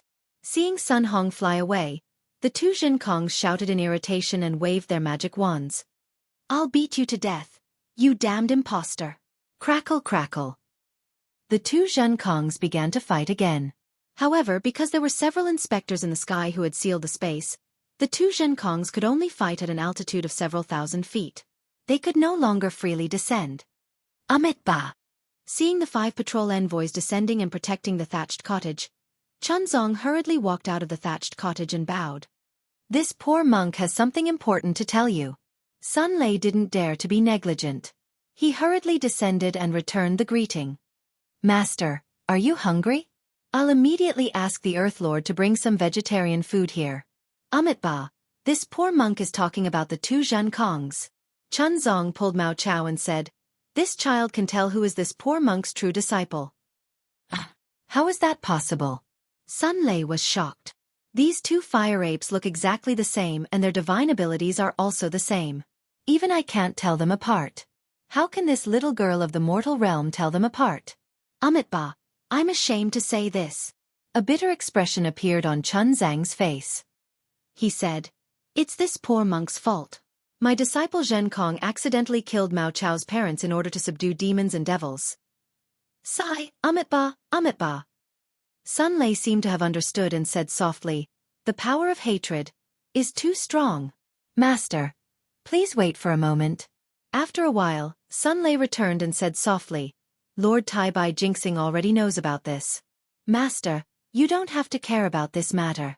We'll know in a while. Chunzong was puzzled. However, he knew that he was just a mortal. He put his palms together and said, Ba, then I'll have to trouble you, benefactors. Then, Chunzong brought Mao Chao back to the thatched cottage and waited for the truth to come out. After about an hour, the two Jinkongs were tired. Just as they were about to stop, a Buddhist light appeared in the distant sky and the sea. Amidst the chanting of sutras, a Buddhist cloud seemed to be moving slowly, but it flew quickly without leaving a trace. It appeared in front of everyone's eyes and immediately appeared in front of them. A mocking look appeared in Tai Bai Jinxing's eyes as he nodded slightly at the inspectors. As the inspectors nodded, they raised their hands and waved. Hundreds of inscription chains appeared and sealed off the space within a few thousand feet. No one could see what was going on inside. Then, Tai Bai Jinxing waved the horsetail whisk in his hand and teleported to the front. He raised his hand and saluted, Greetings, Manjushri. We've only parted for a few hours. Now, I have to trouble Manjushri to come back. I'm really sorry. Manjushri smiled and hurriedly returned the salute. Benefactor, you're too polite. We're all waiting for the Sutra of Nirvana to be completed successfully. It's nothing for me to fly back and forth a few times. I just don't know. Benefactor, do you have something important to say? Saying this, Manjushri looked at the sealed space and was puzzled. Behind him, several heavenly guardians of the Buddhist sect also glared at the inspectors and finally fixed their eyes on Sun Hong. Sun Hong shrugged and flew to Tai Bai Jinxing's side. He only said that Tai Bai Jinxing had something important to say. He didn't mention anything about the two Jinkongs.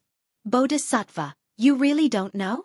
Tai Bai Jinxing smiled again and asked meaningfully. Manjushri shook his head. I really don't know what you have to say. Please say it clearly. Bodhisattva. Tai Bai Jinxing frowned and said unhappily, the matter has already come to this point. Why are you still hiding it? I've already found something strange. If I say it out, Mahavairakana World Venerable's face will not look good. Benefactor. Manjushri was even more puzzled. He raised his hand and pointed at the sealed space. I really don't understand. Is it the strange thing that Shizhen said? Indeed. Tai Bai Jinxing saw Manjushri's reaction and felt a little nervous. After answering, he asked tentatively, Bodhisattva really doesn't know what's inside? I really don't know. Please enlighten me. Manjushri nodded and answered. Okay. Tai Bai Jinxing smiled faintly and ordered, open the space and invite Manjushri Bodhisattva to take a look. Yes. Everyone nodded and waved their hands. All the inscription chains were withdrawn, revealing the two Jinkongs in the space. Manjushri was shocked. Why are there two Jinkongs? Yes, Tai Bai Jinxing smiled. There are two Zhenkongs. That's why I don't know which one to choose. I specially invite Manjushri Bodhisattva to guide me. Bodhisattva, Bodhisattva. The two Zhenkongs immediately jumped out of the space and flew to Manjushri Bodhisattva. They bowed and said, Zhenkongs greet Bodhisattva. Unfortunately, after saying one sentence, the two Zhenkongs shouted again, I am the real Zhenkongs. He is the fake Zhenkongs. You are the fake Zhenkongs. I am the real Zhenkongs. The other Zhenkongs shouted with the same voice. Roar. As he spoke, the two Zhenkongs roared and started fighting again. Manjushri Bodhisattva frowned and put his palms together. He asked, Amitabha, benefactor, which one is the real Zhenkongs? I can't tell. Tai Bai Jinxing smiled. Otherwise, I wouldn't have asked Bodhisattva to return. Benefactor, didn't you find something fishy? Manjushri Bodhisattva said unhappily. Fishy is fishy. The truth is the truth. Tai Bai Jinxing smiled and said, I can only find something fishy. As for the truth, I'm afraid only the Buddhist faction can find it. Hearing this, Manjushri Bodhisattva understood and said, Amitabha, benefactor, you are overthinking. There must be some misunderstanding. My Leiyin temple has always done things openly. It is impossible for us to do anything behind the scenes. Moreover, Chuanzong just brought his disciple back to the hidden immortal mainland. How could my Leiyin temple do something so obvious? This fake Zhenkongs must be from the demon race. Although Manjushri Bodhisattva said firmly, Tai Bai Jinxing was still skeptical. He nodded and said, Bodhisattva, I can believe in the world venerable. But these two Zhenkongs. Hehe. Bodhisattva, please use your divine power and we will know.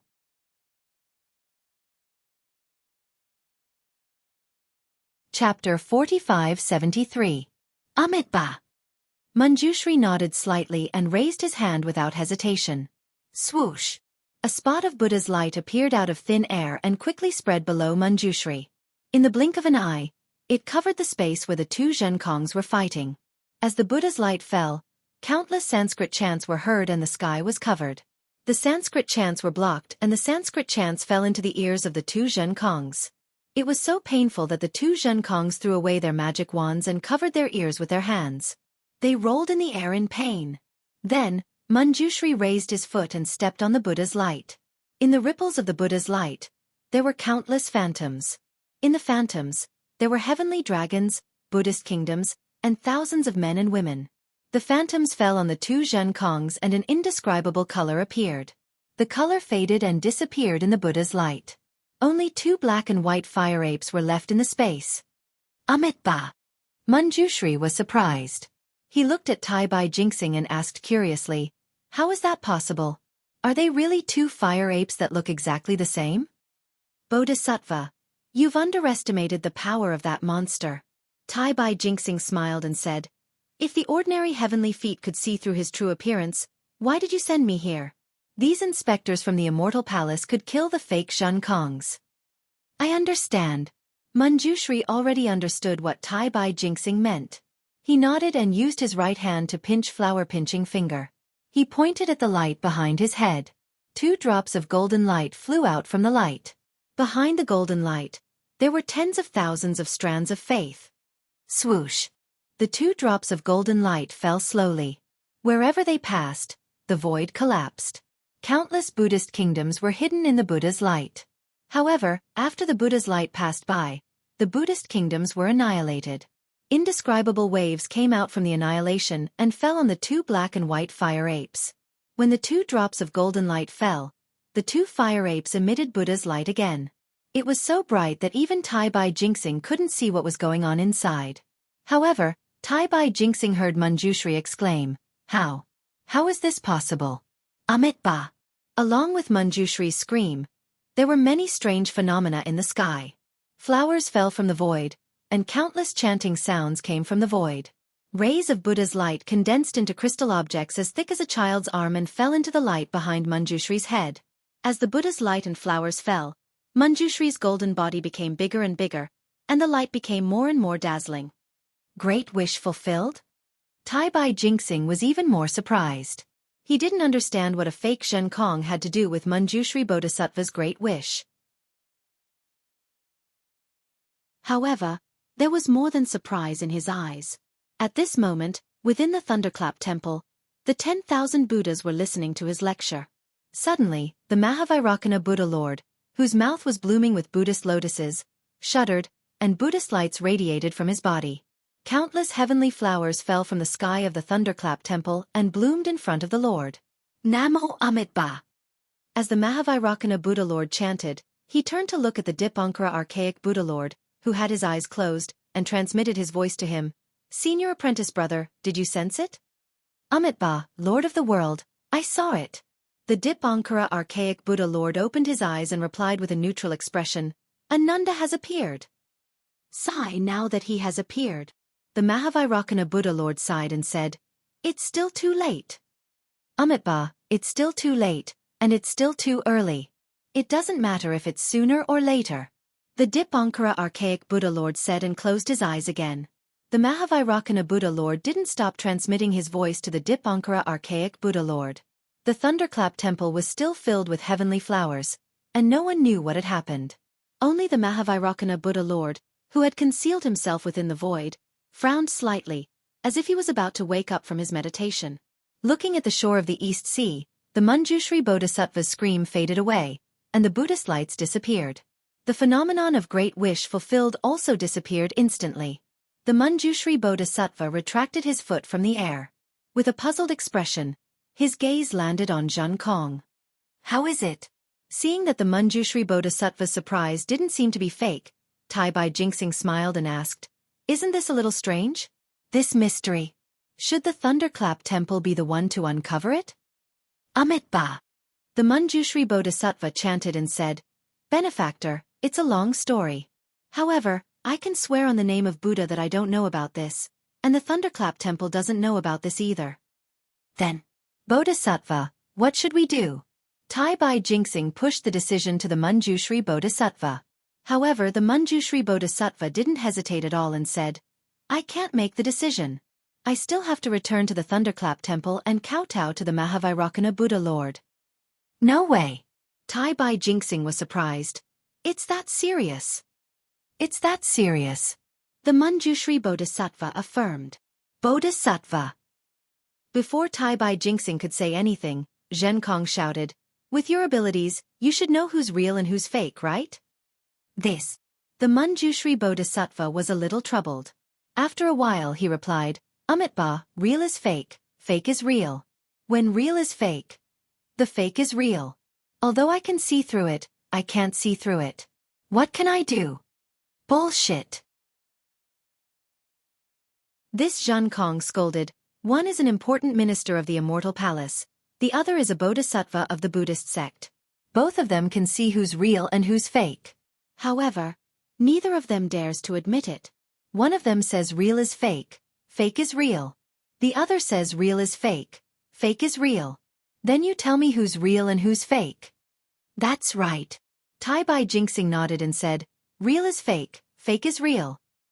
The Manjushri Bodhisattva also shook his head and said, You are wrong. Real is fake is real. Heavens! At this moment, Zhen Kong still didn't dare to call him master. He could only throw himself into the air and cried with tears streaming down his face. In this world, what kind of justice is there? Even the Immortal and Buddhist sects don't dare to say the truth. I really don't know. In this world, how can there be such a clear distinction between black and white? Seeing Zhen Kong, the Manjushri Bodhisattva felt much better. He chanted and said, Amitabha Zhen Kong, there is no need for you to say any more. When we reach the Leiyin Temple, the truth will naturally be revealed. That's right, you fake. Why are you crying here? When we reach the Leiyin Temple, in front of my Buddha, everything will be revealed. The other Zhen Kong stood in the air and sneered. You fake. Zhen Kong was furious. He waved his magic wand and pounced towards the other Zhen Kong. The other Zhen Kong also said angrily, You are the fake. With that, the two Zhen Kong started fighting again. Amitabha. The Manjushri Bodhisattva chanted and waved his kasaya, capturing the two Zhen Kongs in the air. He turned his head and said to Tai Bai Jinxing, I will have to trouble benefactor to stay here. I will be back soon. Take care, take care. Tai Bai Jinxing knew the importance of this matter. He cupped his hands and said, with this old man here to protect Chuanzong, nothing will happen. Just as he said that, woo-woo, a gust of evil wind blew. In the East Sea, a huge pig demon flew out from the sea and flew towards them. This pig demon was naturally Xianxia. He scanned with his essence will and immediately realized that something was wrong. He blocked the Manjushri Bodhisattva and the other heavenly guardians. He shouted, Isn't this Manjushri Bodhisattva? Why do you have the time to come here from the Lei temple? Could it be that you saw that we have been working hard in the sutra-seeking state of bliss and wanted to invite us to have a vegetarian meal? Amitabha. Facing Xianxia, who was stronger than him, the Manjushri Bodhisattva stopped. He clasped his hands together and said, the sutra-seeking state of bliss is in trouble. I am here to subdue this demon. This demon is of great importance. I cannot make the decision. I can only bring them back to the Lei temple and ask Mahavairakana of the world to personally issue a Buddhist decree. Damn it! Hearing that the sutra-seeking state of bliss was in trouble, Xianxia immediately jumped up and said, who did this? 3 monster kings just came. I fought them off with great difficulty. I chased them for several days to find out their background, but they still ran away. I didn't expect that they would create a diversion. Oh, by the way, Bodhisattva, how is my master? Chuanzong is fine. Manjushri Bodhisattva didn't dare to say more as he was afraid that Xianxia would cause trouble. He said hurriedly, he is now under the protection of Tai Bai Jinxing, the inspector and the 4 seasons meritorious ministers of the Immortal Palace. He is very safe. I won't talk more with you. Go and protect Chuanzong now. Yes, Bodhisattva. Seeing that the Manjushri Bodhisattva was anxious, Xianxia didn't dare to say more. He bowed and watched the Manjushri Bodhisattva leave. However, after flying for a few miles, Xianxia suddenly shouted, Bodhisattva, tell Mahavairakana of the world not to cause any trouble. Fighting and killing every day. You don't look like a monk at all. Manjushri Bodhisattva's body swayed in the air. He said a few words to the guardian king and then turned into Buddha's light and left. When the Manjushri Bodhisattva couldn't see him anymore, Xianxia stuck out his tongue and shouted, oh my! What happened? Even the Manjushri Bodhisattva came. I have to go and take a look. I don't want my master to know that I sneaked out to sleep. When Xianxia came back, the inspector and the 4 seasons meritorious ministers were relieved and didn't dare to stop him. After Xianxia greeted Tai Bai Jinxing, they put him into the thatched cottage.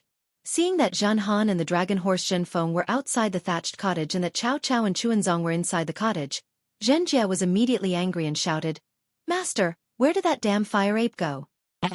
I was just chasing after the 3 demon kings.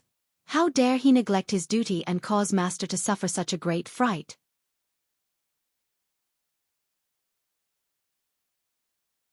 Chapter 4574. Amitabha Xianxia, don't worry.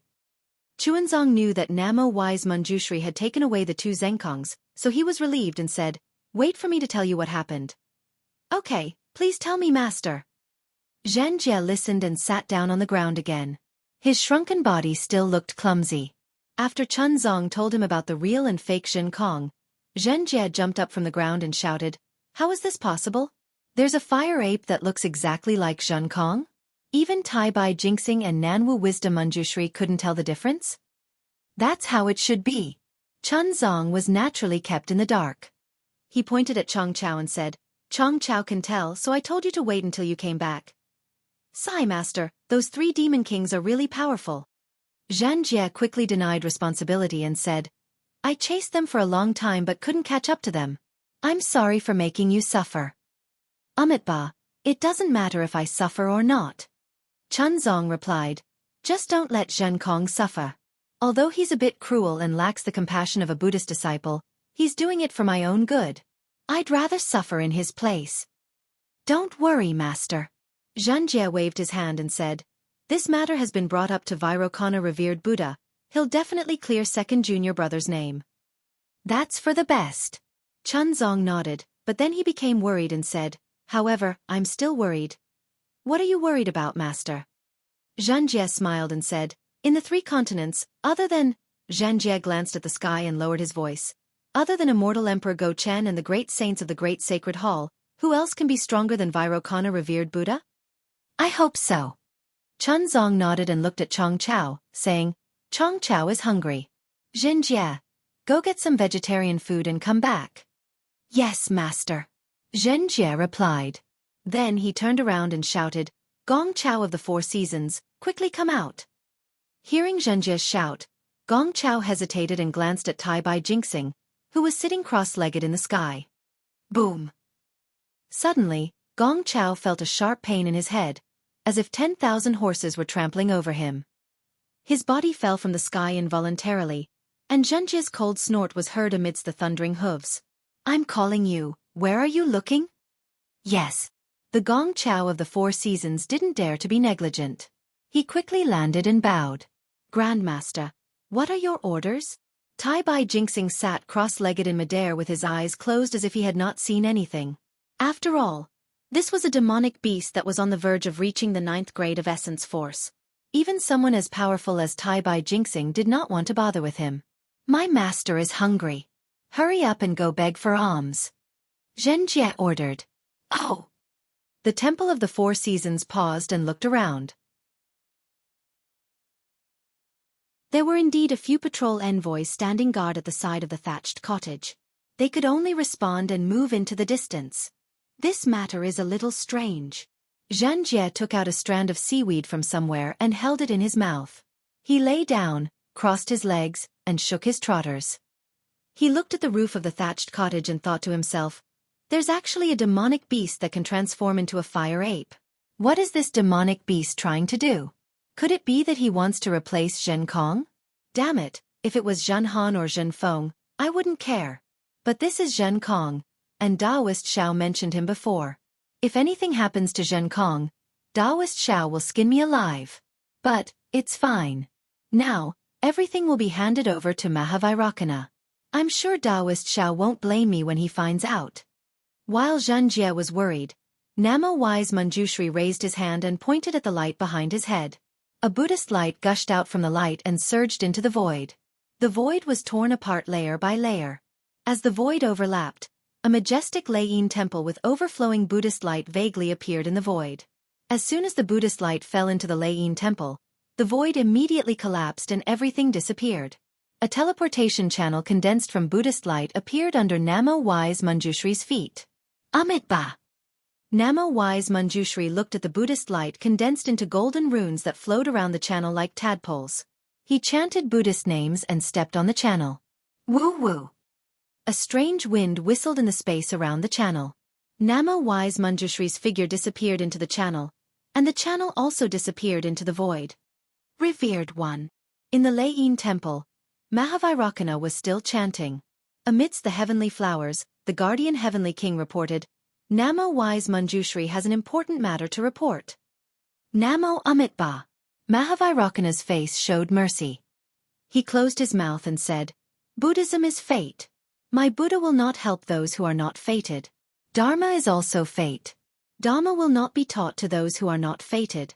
Today's chanting ends here. Amitba. Disciples thank Revered One for your teachings. 10,000 Buddhas chanted Buddhist names and bowed. Summon Manjushri. Mahavairocana's eyebrows did not raise as he ordered lightly. Namo Wise Manjushri flew into the Leiyin temple and hurriedly bowed. Disciple greets Revered One. Amitba. Mahavairocana smiled. Is the handover of the East Sea smooth? The sutra-seeking extreme bliss is coming to an end.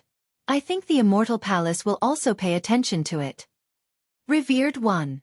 Namo Wise Manjushri thought for a moment and replied, the handover of the sutra-seeking extreme bliss went very smoothly.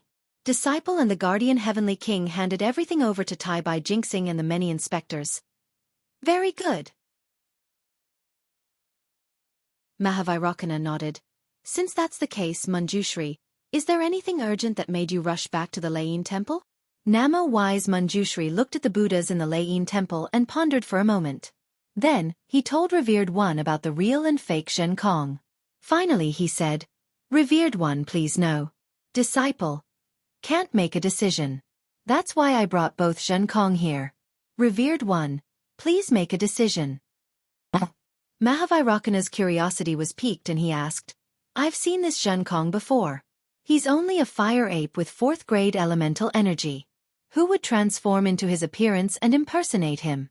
Moreover, he's a demon with 4th grade elemental energy. Can't you tell? At this point, the Mahavairakana revered Buddha's gaze froze. Then, the mirror behind his head suddenly spun rapidly. In an instant, countless pillars of Buddhist light rushed into the void. The Mahavairakana revered Buddha said mercifully, I understand now. Invite the 2 Zhenkongs out. Yes, revered one. Namo wise Manjushri did not dare to delay. He swung his kasaya and the 2 Zhenkong fell out. The 2 Zhenkong landed.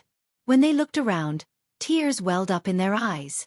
They knelt in front of the 9-grade lotus platform and said, Revered one, disciple has escorted Chuanzong's master to seek the sutra in nirvana and experienced countless difficulties. Now, we've just left the Eastern Sea territory and entered the hidden immortal continent. I never expected that there would be a daring demon who dared to disguise himself as disciple and tried to steal disciples' merit of seeking the sutra. Although Tai Bai Jinxing and Manjushri Bodhisattva could see clearly, they did not dare to make a rash judgment. They only said what was real and what was fake was real. These disciples did not understand. Now, disciple has rushed to the front of revered one. I hope that revered one can uphold justice for disciple and clear disciple's name. Venerable Manjushri, do you know why you can't make a decision? Mahavairakana's revered one asked with a smile. Namo wise Manjushri was startled. He hurriedly bowed and said, Revered one, please enlighten me. Although you are knowledgeable in Buddhism, you don't understand cause and effect. You only know how to do things, but you don't know the cause and effect of things. Mahavairakana's revered one replied indifferently, Do you not know the cause of the sutra in nirvana? Do you not know the cause of your great ambition? First there was the matter of seeking the sutra, then there was the person seeking the sutra. Do you know who is real and who is fake? Namo wise Manjushri revealed a smile and nodded. Disciple understands. The cause is real and the effect is fake. The cause is real and the effect is fake.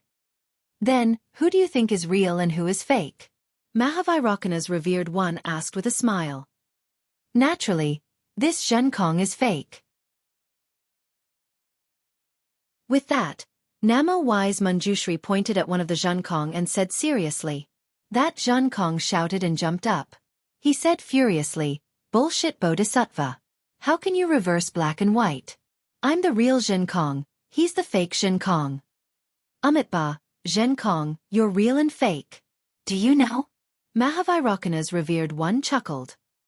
I don't want to listen, I don't want to listen, I don't want to listen. Zhenkong waved his hand impatiently and said, I can't be bothered to talk nonsense with you baldies. I'm going to find someone who understands. Someone who understands can be the judge for me. With that, Zhenkong moved his body and was about to fly away. The other Zhenkong laughed and pointed at that Zhenkong and said, See, I already said that you're fake and you're still trying to be brave. Where can you go now? Who can help you? Damn it! You fake. When that Zhenkong saw that Zhenkong mocked him, he was already furious.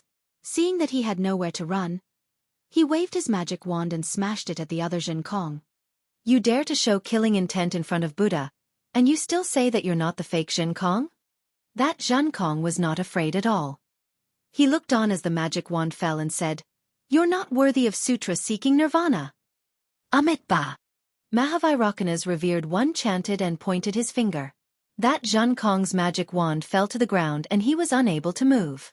Compassion appeared in the eyes of Mahavairakana's revered one and he said, Zhenkong, don't be anxious. Listen to this seat's explanation. When you understand, you'll know why you're fake and he's real.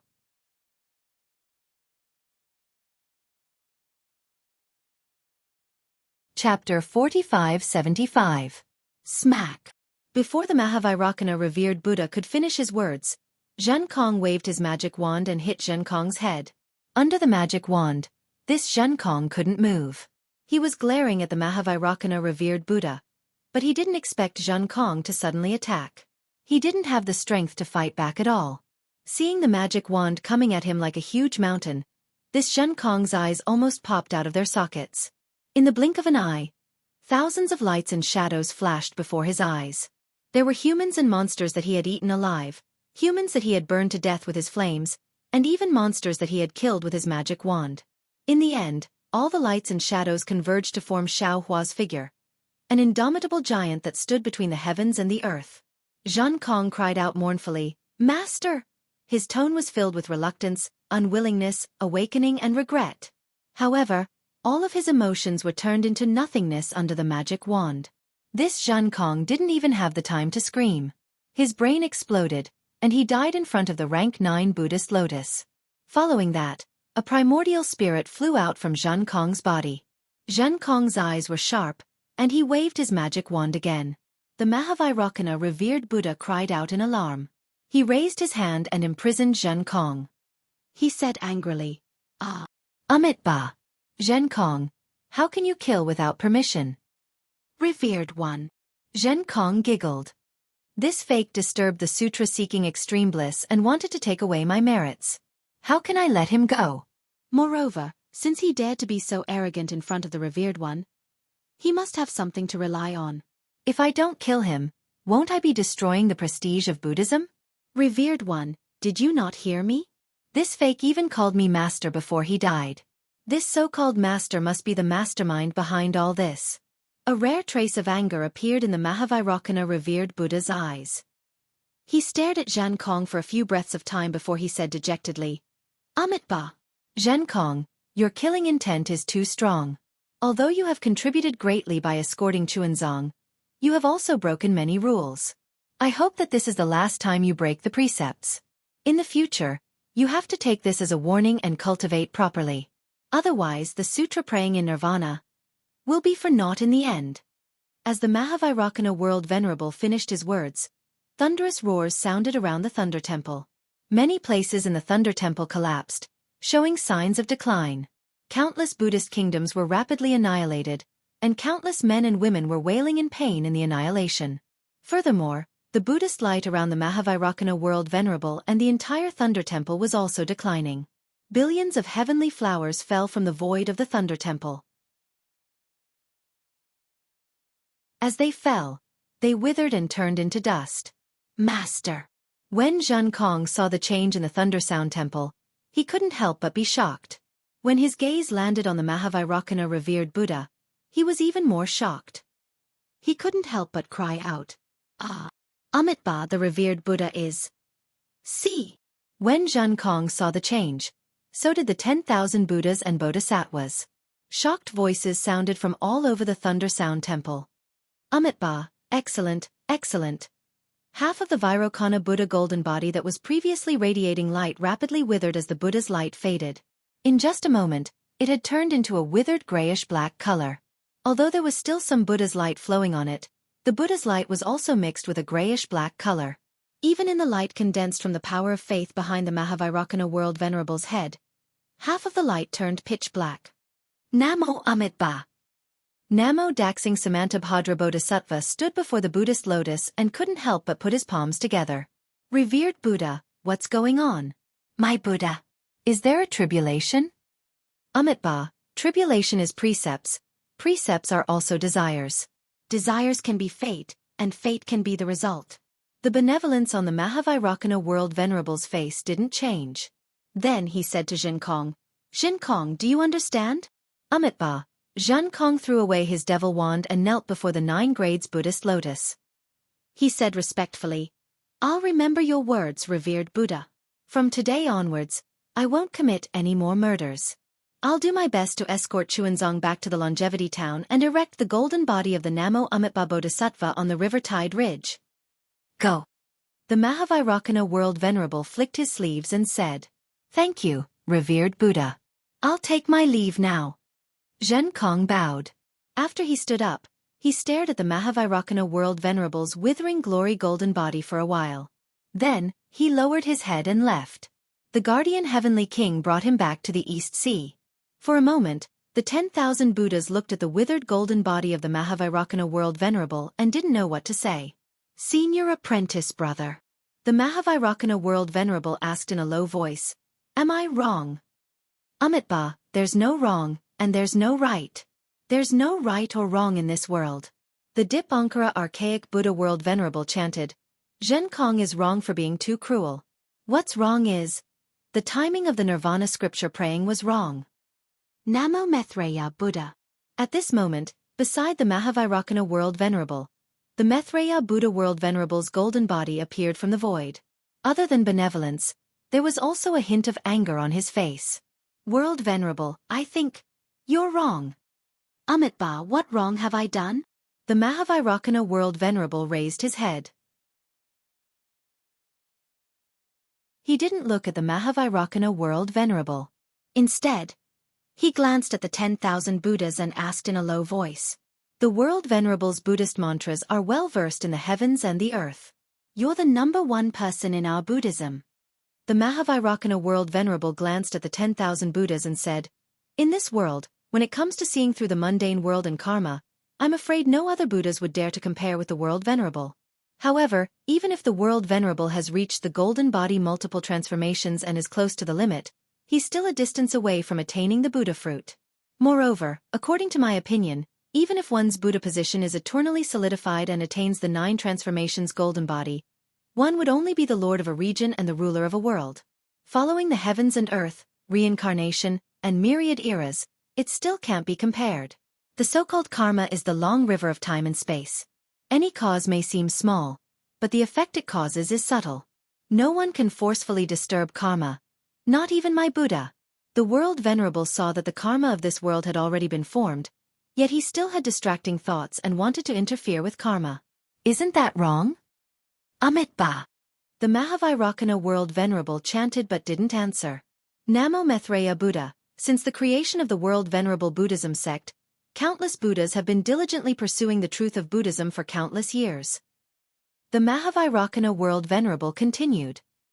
However, our Buddhism sect is now divided into 10 sects, namely the Attainment sect, the Possession sect, the Nature sect, the Harmony sect, the Tiantai sect, the Virtuous Head sect, the Zen sect, the Pure Land sect, the Vinaya sect, and the Tantra sect. Other than these 10 sects, there are countless smaller branches. Is their Buddhism sect the same as our Buddhism truth? In this disciple's opinion, not necessarily. This disciple thinks that our Buddhism sect's disciples are now burdened by their physical bodies. They have abandoned everything in their physical bodies and don't want to farm or fish. They only rely on offerings. If we Buddhas are pure of heart and few desires, it's fine. We can make a living with simple tea and plain food. However, there aren't many Buddhas who are pure of heart. This inevitably leads to misunderstandings. This is also the fatal point of the Confucian cultivators attacking our Buddhism sect. The so-called vermin is nothing more than this. This disciple has seen the Buddhas in the hidden Immortal continent where a Buddhism sect was established.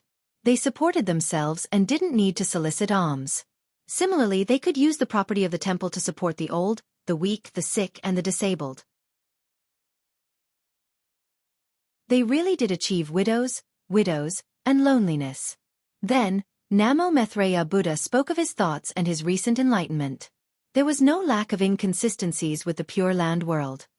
Amitabha. Junior apprentice brother. What do you mean by this?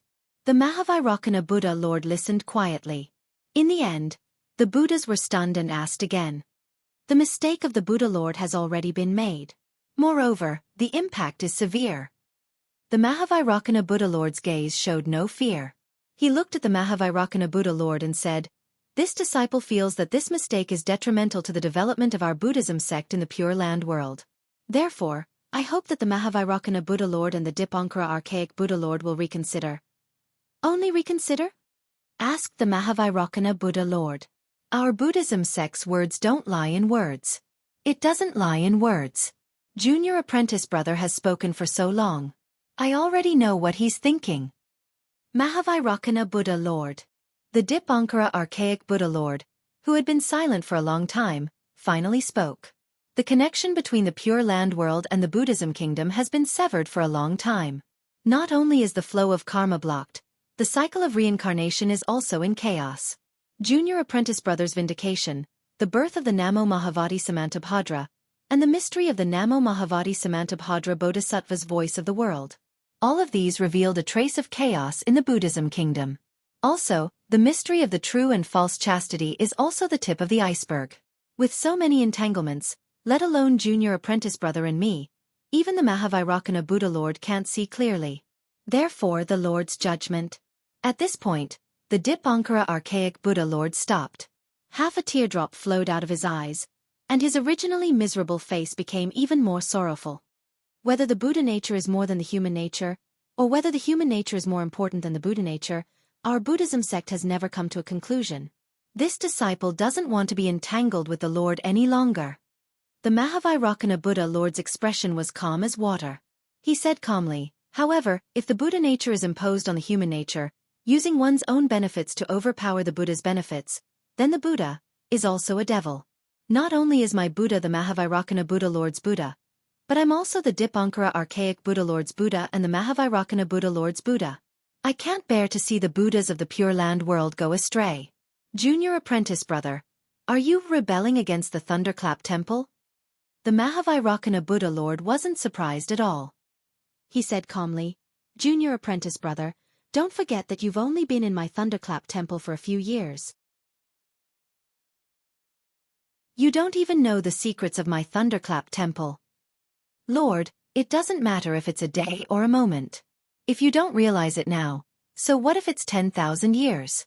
The Thunderclap Temple isn't here, nor is it far away. The Thunderclap Temple is in this disciple's heart. The Mahavairocana Buddha Lord answered. As long as this disciple stays true to his heart, where isn't the Thunderclap Temple?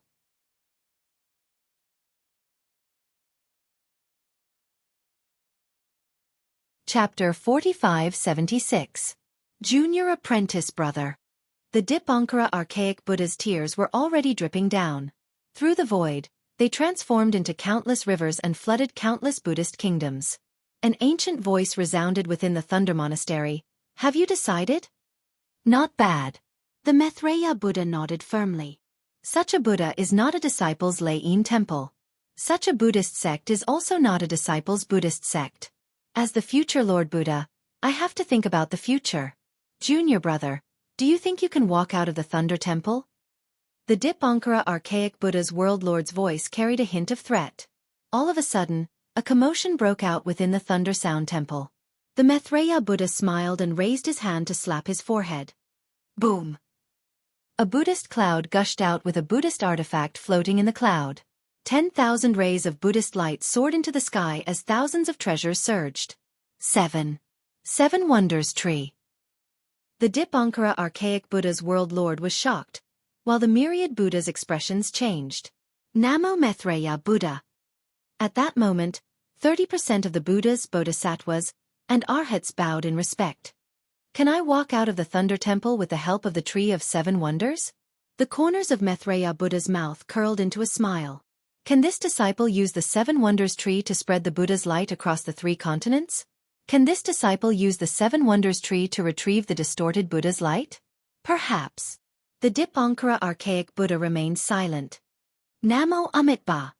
The Mahavairocana world venerated one looked at the wonderful tree of 7 treasures that was overflowing with treasure light. His withered face was also a little stunned, but he said benevolently, Junior brother, do you still remember the agreement we made that day? Of course I remember. Maitreya Buddha said curiously. Didn't you say that I have a heart tribulation? Disciple has cultivated a Buddhist heart and diligently cleaned the mirror. There was no demonic tribulation that came close to me. Amitabha. The Mahavairocana Buddha shook his head and said, I'm talking about your actions against the Thunder Temple, not your demonic tribulation. Namo Maitreya Buddha. Maitreya Buddha world honored one chanted the name of Buddha. After a moment of hesitation, he nodded and said, I understand. I will never do anything that goes against Lain Temple. However, before the revered one of the world understands, I am not willing to stay in the Lain Temple. I would like to bring a group of Bodhisattvas to another place to cultivate. As for when to return to the Lain Temple, that will depend on when the revered one of the world can cultivate his golden body again. As he spoke, the Maitreya Buddha raised his hand and was about to take away Zhen Kong's corpse and the soul entrenched in the Buddhist light. However, his hand moved and he stopped. He coldly looked at the Mahavairocana Revered One and said, "Revered One, this corpse should be left as a warning to the Revered One. Furthermore, this disciple would like to ask the Revered One of the world to properly preserve this corpse and soul so that he can give an account to his master in the future." "What?" Mahavairocana Revered Buddha was suddenly stunned and asked curiously, "Isn't his master Namo Maitreya Buddha and Revered One of the world can interfere with karma? Why can't others interfere with reincarnation?" After the Maitreya Buddha finished speaking, he slowly got up. The 9-grade lotus platform below him also moved. The wonderful tree of 7 treasures above his head covered his golden body. A golden crack appeared in front of the Maitreya Buddha's head. The outline of a palace door appeared at the edge of the crack. Namo Maitreya Buddha. At this moment, a Buddhist chant resounded. Namo Maitreya Samantabhadra Bodhisattva moved his lotus platform and said, "This disciple is willing to follow Namo Maitreya Buddha to cultivate outside. Namo Maitreya Buddha, this disciple is also willing to cultivate with you." At this moment, 40% of the Buddhas, Bodhisattvas, Arhats, and other Buddhas stood up and left their seats. Leaving is staying, and staying is also leaving. Cultivation has always been in the heart. The Maitreya Buddha chanted loudly and stepped into the palace door. "Junior apprentice brother, where do you want to cultivate?" The Dipankara archaic Buddha suddenly asked. "Snowy mountain, small exquisite temple." A voice faintly resounded. Not only did the Maitreya Buddha's figure disappear, but the other Buddhas also disappeared, and the Buddhist lights were extinguished. After a while, the Mahavairocana Revered Buddha's voice resounded again. "All Buddhas, retreat." "Yes, Revered One of the world." It was still the respectful voice of the 10,000 Buddhas. However, this voice was much fainter and weaker, just like the withered heavenly flowers in the Thunder Sound Temple. "Revered Buddha." The Dipankara archaic Buddha's voice resounded amidst the bleakness. "I've been thinking about it for a long time, but I still couldn't figure out why the Maitreya Buddha's Revered Buddha would have a heart tribulation. Previously, I thought that he had recklessly attained enlightenment, causing his foundation to be unstable. However, I didn't expect that the cause was actually Ananda." "Yes, The Mahavairocana Revered Buddha's mouth was filled with bitterness as he answered, "I didn't expect it either." "Then, who's Jianghu's master?" The Dipankara archaic Buddha asked as he looked at Jianghu's corpse and soul. The Mahavairocana Revered Buddha answered plainly, "Senior apprentice brother, why do you need me to say it? Don't tell me you don't know." Sigh. Who else could it be other than Taoist Shao, who has no origin and whose karma can't be detected? The Dipankara archaic Buddha sighed and said, "This time Ananda is in trouble. Since the Revered Buddha is involved in this karma, he can't just ignore it." "Fortunately." The Mahavairocana Revered Buddha nodded slightly and said, "Although the Fortune Gate's disciples have cleansed the heaven and earth board, and the Immortal Palace's feathers have perished in the soaring Dragon Mountain range, Xiao Hua is only a human Mahayana realm essence Chi mid-stage 9th grade. He's still not enough to threaten my Thunder Sound Temple. Although the Maitreya Buddha has betrayed the Thunder Sound Temple, he still has the Thunder Sound Temple in his heart. Revered Buddha, you can't ignore his words." The Dipankara archaic Buddha advised, "Revered Buddha, you still have to think about how to resolve this sudden karma." "Namo Amitabha. I understand." The Mahavairocana Revered Buddha nodded and raised his finger. A 5-colored crystal flew out from the Buddha lotus and landed on Jianghu's soul. The soul struggled unyieldingly for a while before slowly falling into the crystal. Then, it was kept by the Mahavairocana Revered Buddha's lotus platform. As for the corpse, the Mahavairocana Revered Buddha also kept it into his lotus platform after some consideration.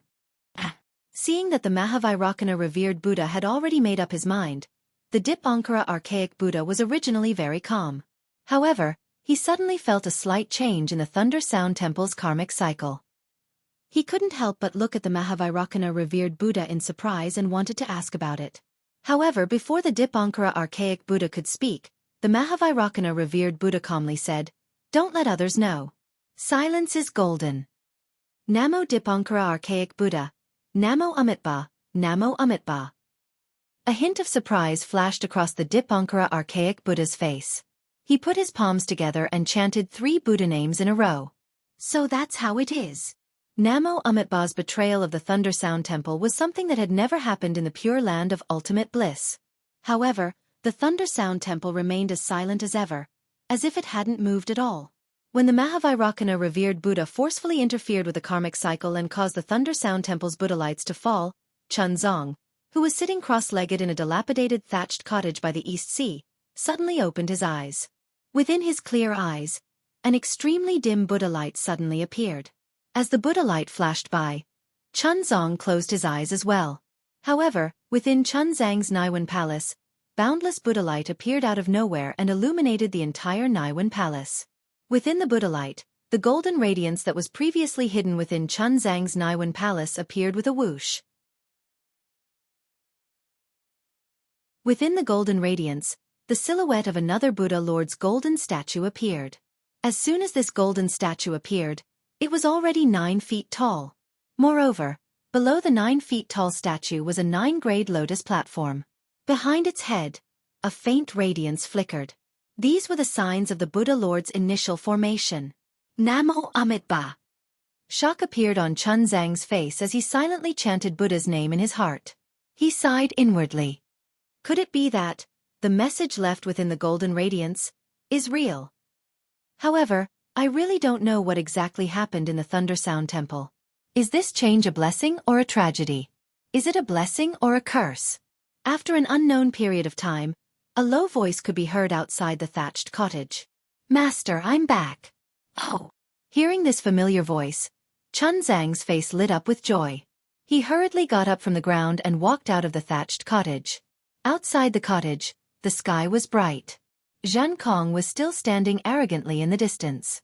However, at this moment, there was an additional layer of joy on his face from surviving a calamity. In front of him, Xianxia frowned and sized up Jianghu. He didn't allow him to approach the thatched cottage. After Xianxia left, Dragon Horse Zhenfeng and Zhenhan also hid far away, secretly on guard. Tai Bai Jinxing and the other people from the Immortal Palace were long gone. Clearly, they had already left when the Thunder Sound Temple's guardian king sent Jianghu back. Jianghu, what happened in the Thunder Sound Temple? Chunzong was somewhat anxious. He took a few steps forward and asked. Zhenjie raised his hand and blocked Chunzong. He said, Master, wait a moment. I keep feeling that there's something wrong with this Jianghu. However, I can't see anything wrong with him. Let the grass come out and take a look. What's wrong? Chunzong was startled. He looked at Jianghu and asked curiously. 2 Jiangkhongs went to the Thunder Sound Temple and 1 returned. This is naturally the real Jianghu. Mahavairakana world revered Buddha is perceptive. How can he not see which one is real and which one is fake? Eldest martial brother. Don't worry. Jianghu said loudly. That fake Jianghu was already killed by me on the spot. Jianghu's voice was extremely loud. It had already traveled into the thatched cottage. Sigh, Jianghu. Chunzong grumbled. Why did you break the vow to kill again? Although that fake Jianghu was of the demon race and also interfered with our sutra-seeking extreme bliss, it was also a type of merit. Perhaps he deserved to die, but you didn't have the authority to kill him. Since you broke the vow to kill, wouldn't you lose merit? What I told you before, why didn't you listen to me? You're tuning in to the Wisdom Diary YouTube channel. Don't forget to subscribe and join us on this journey to catch the most captivating stories.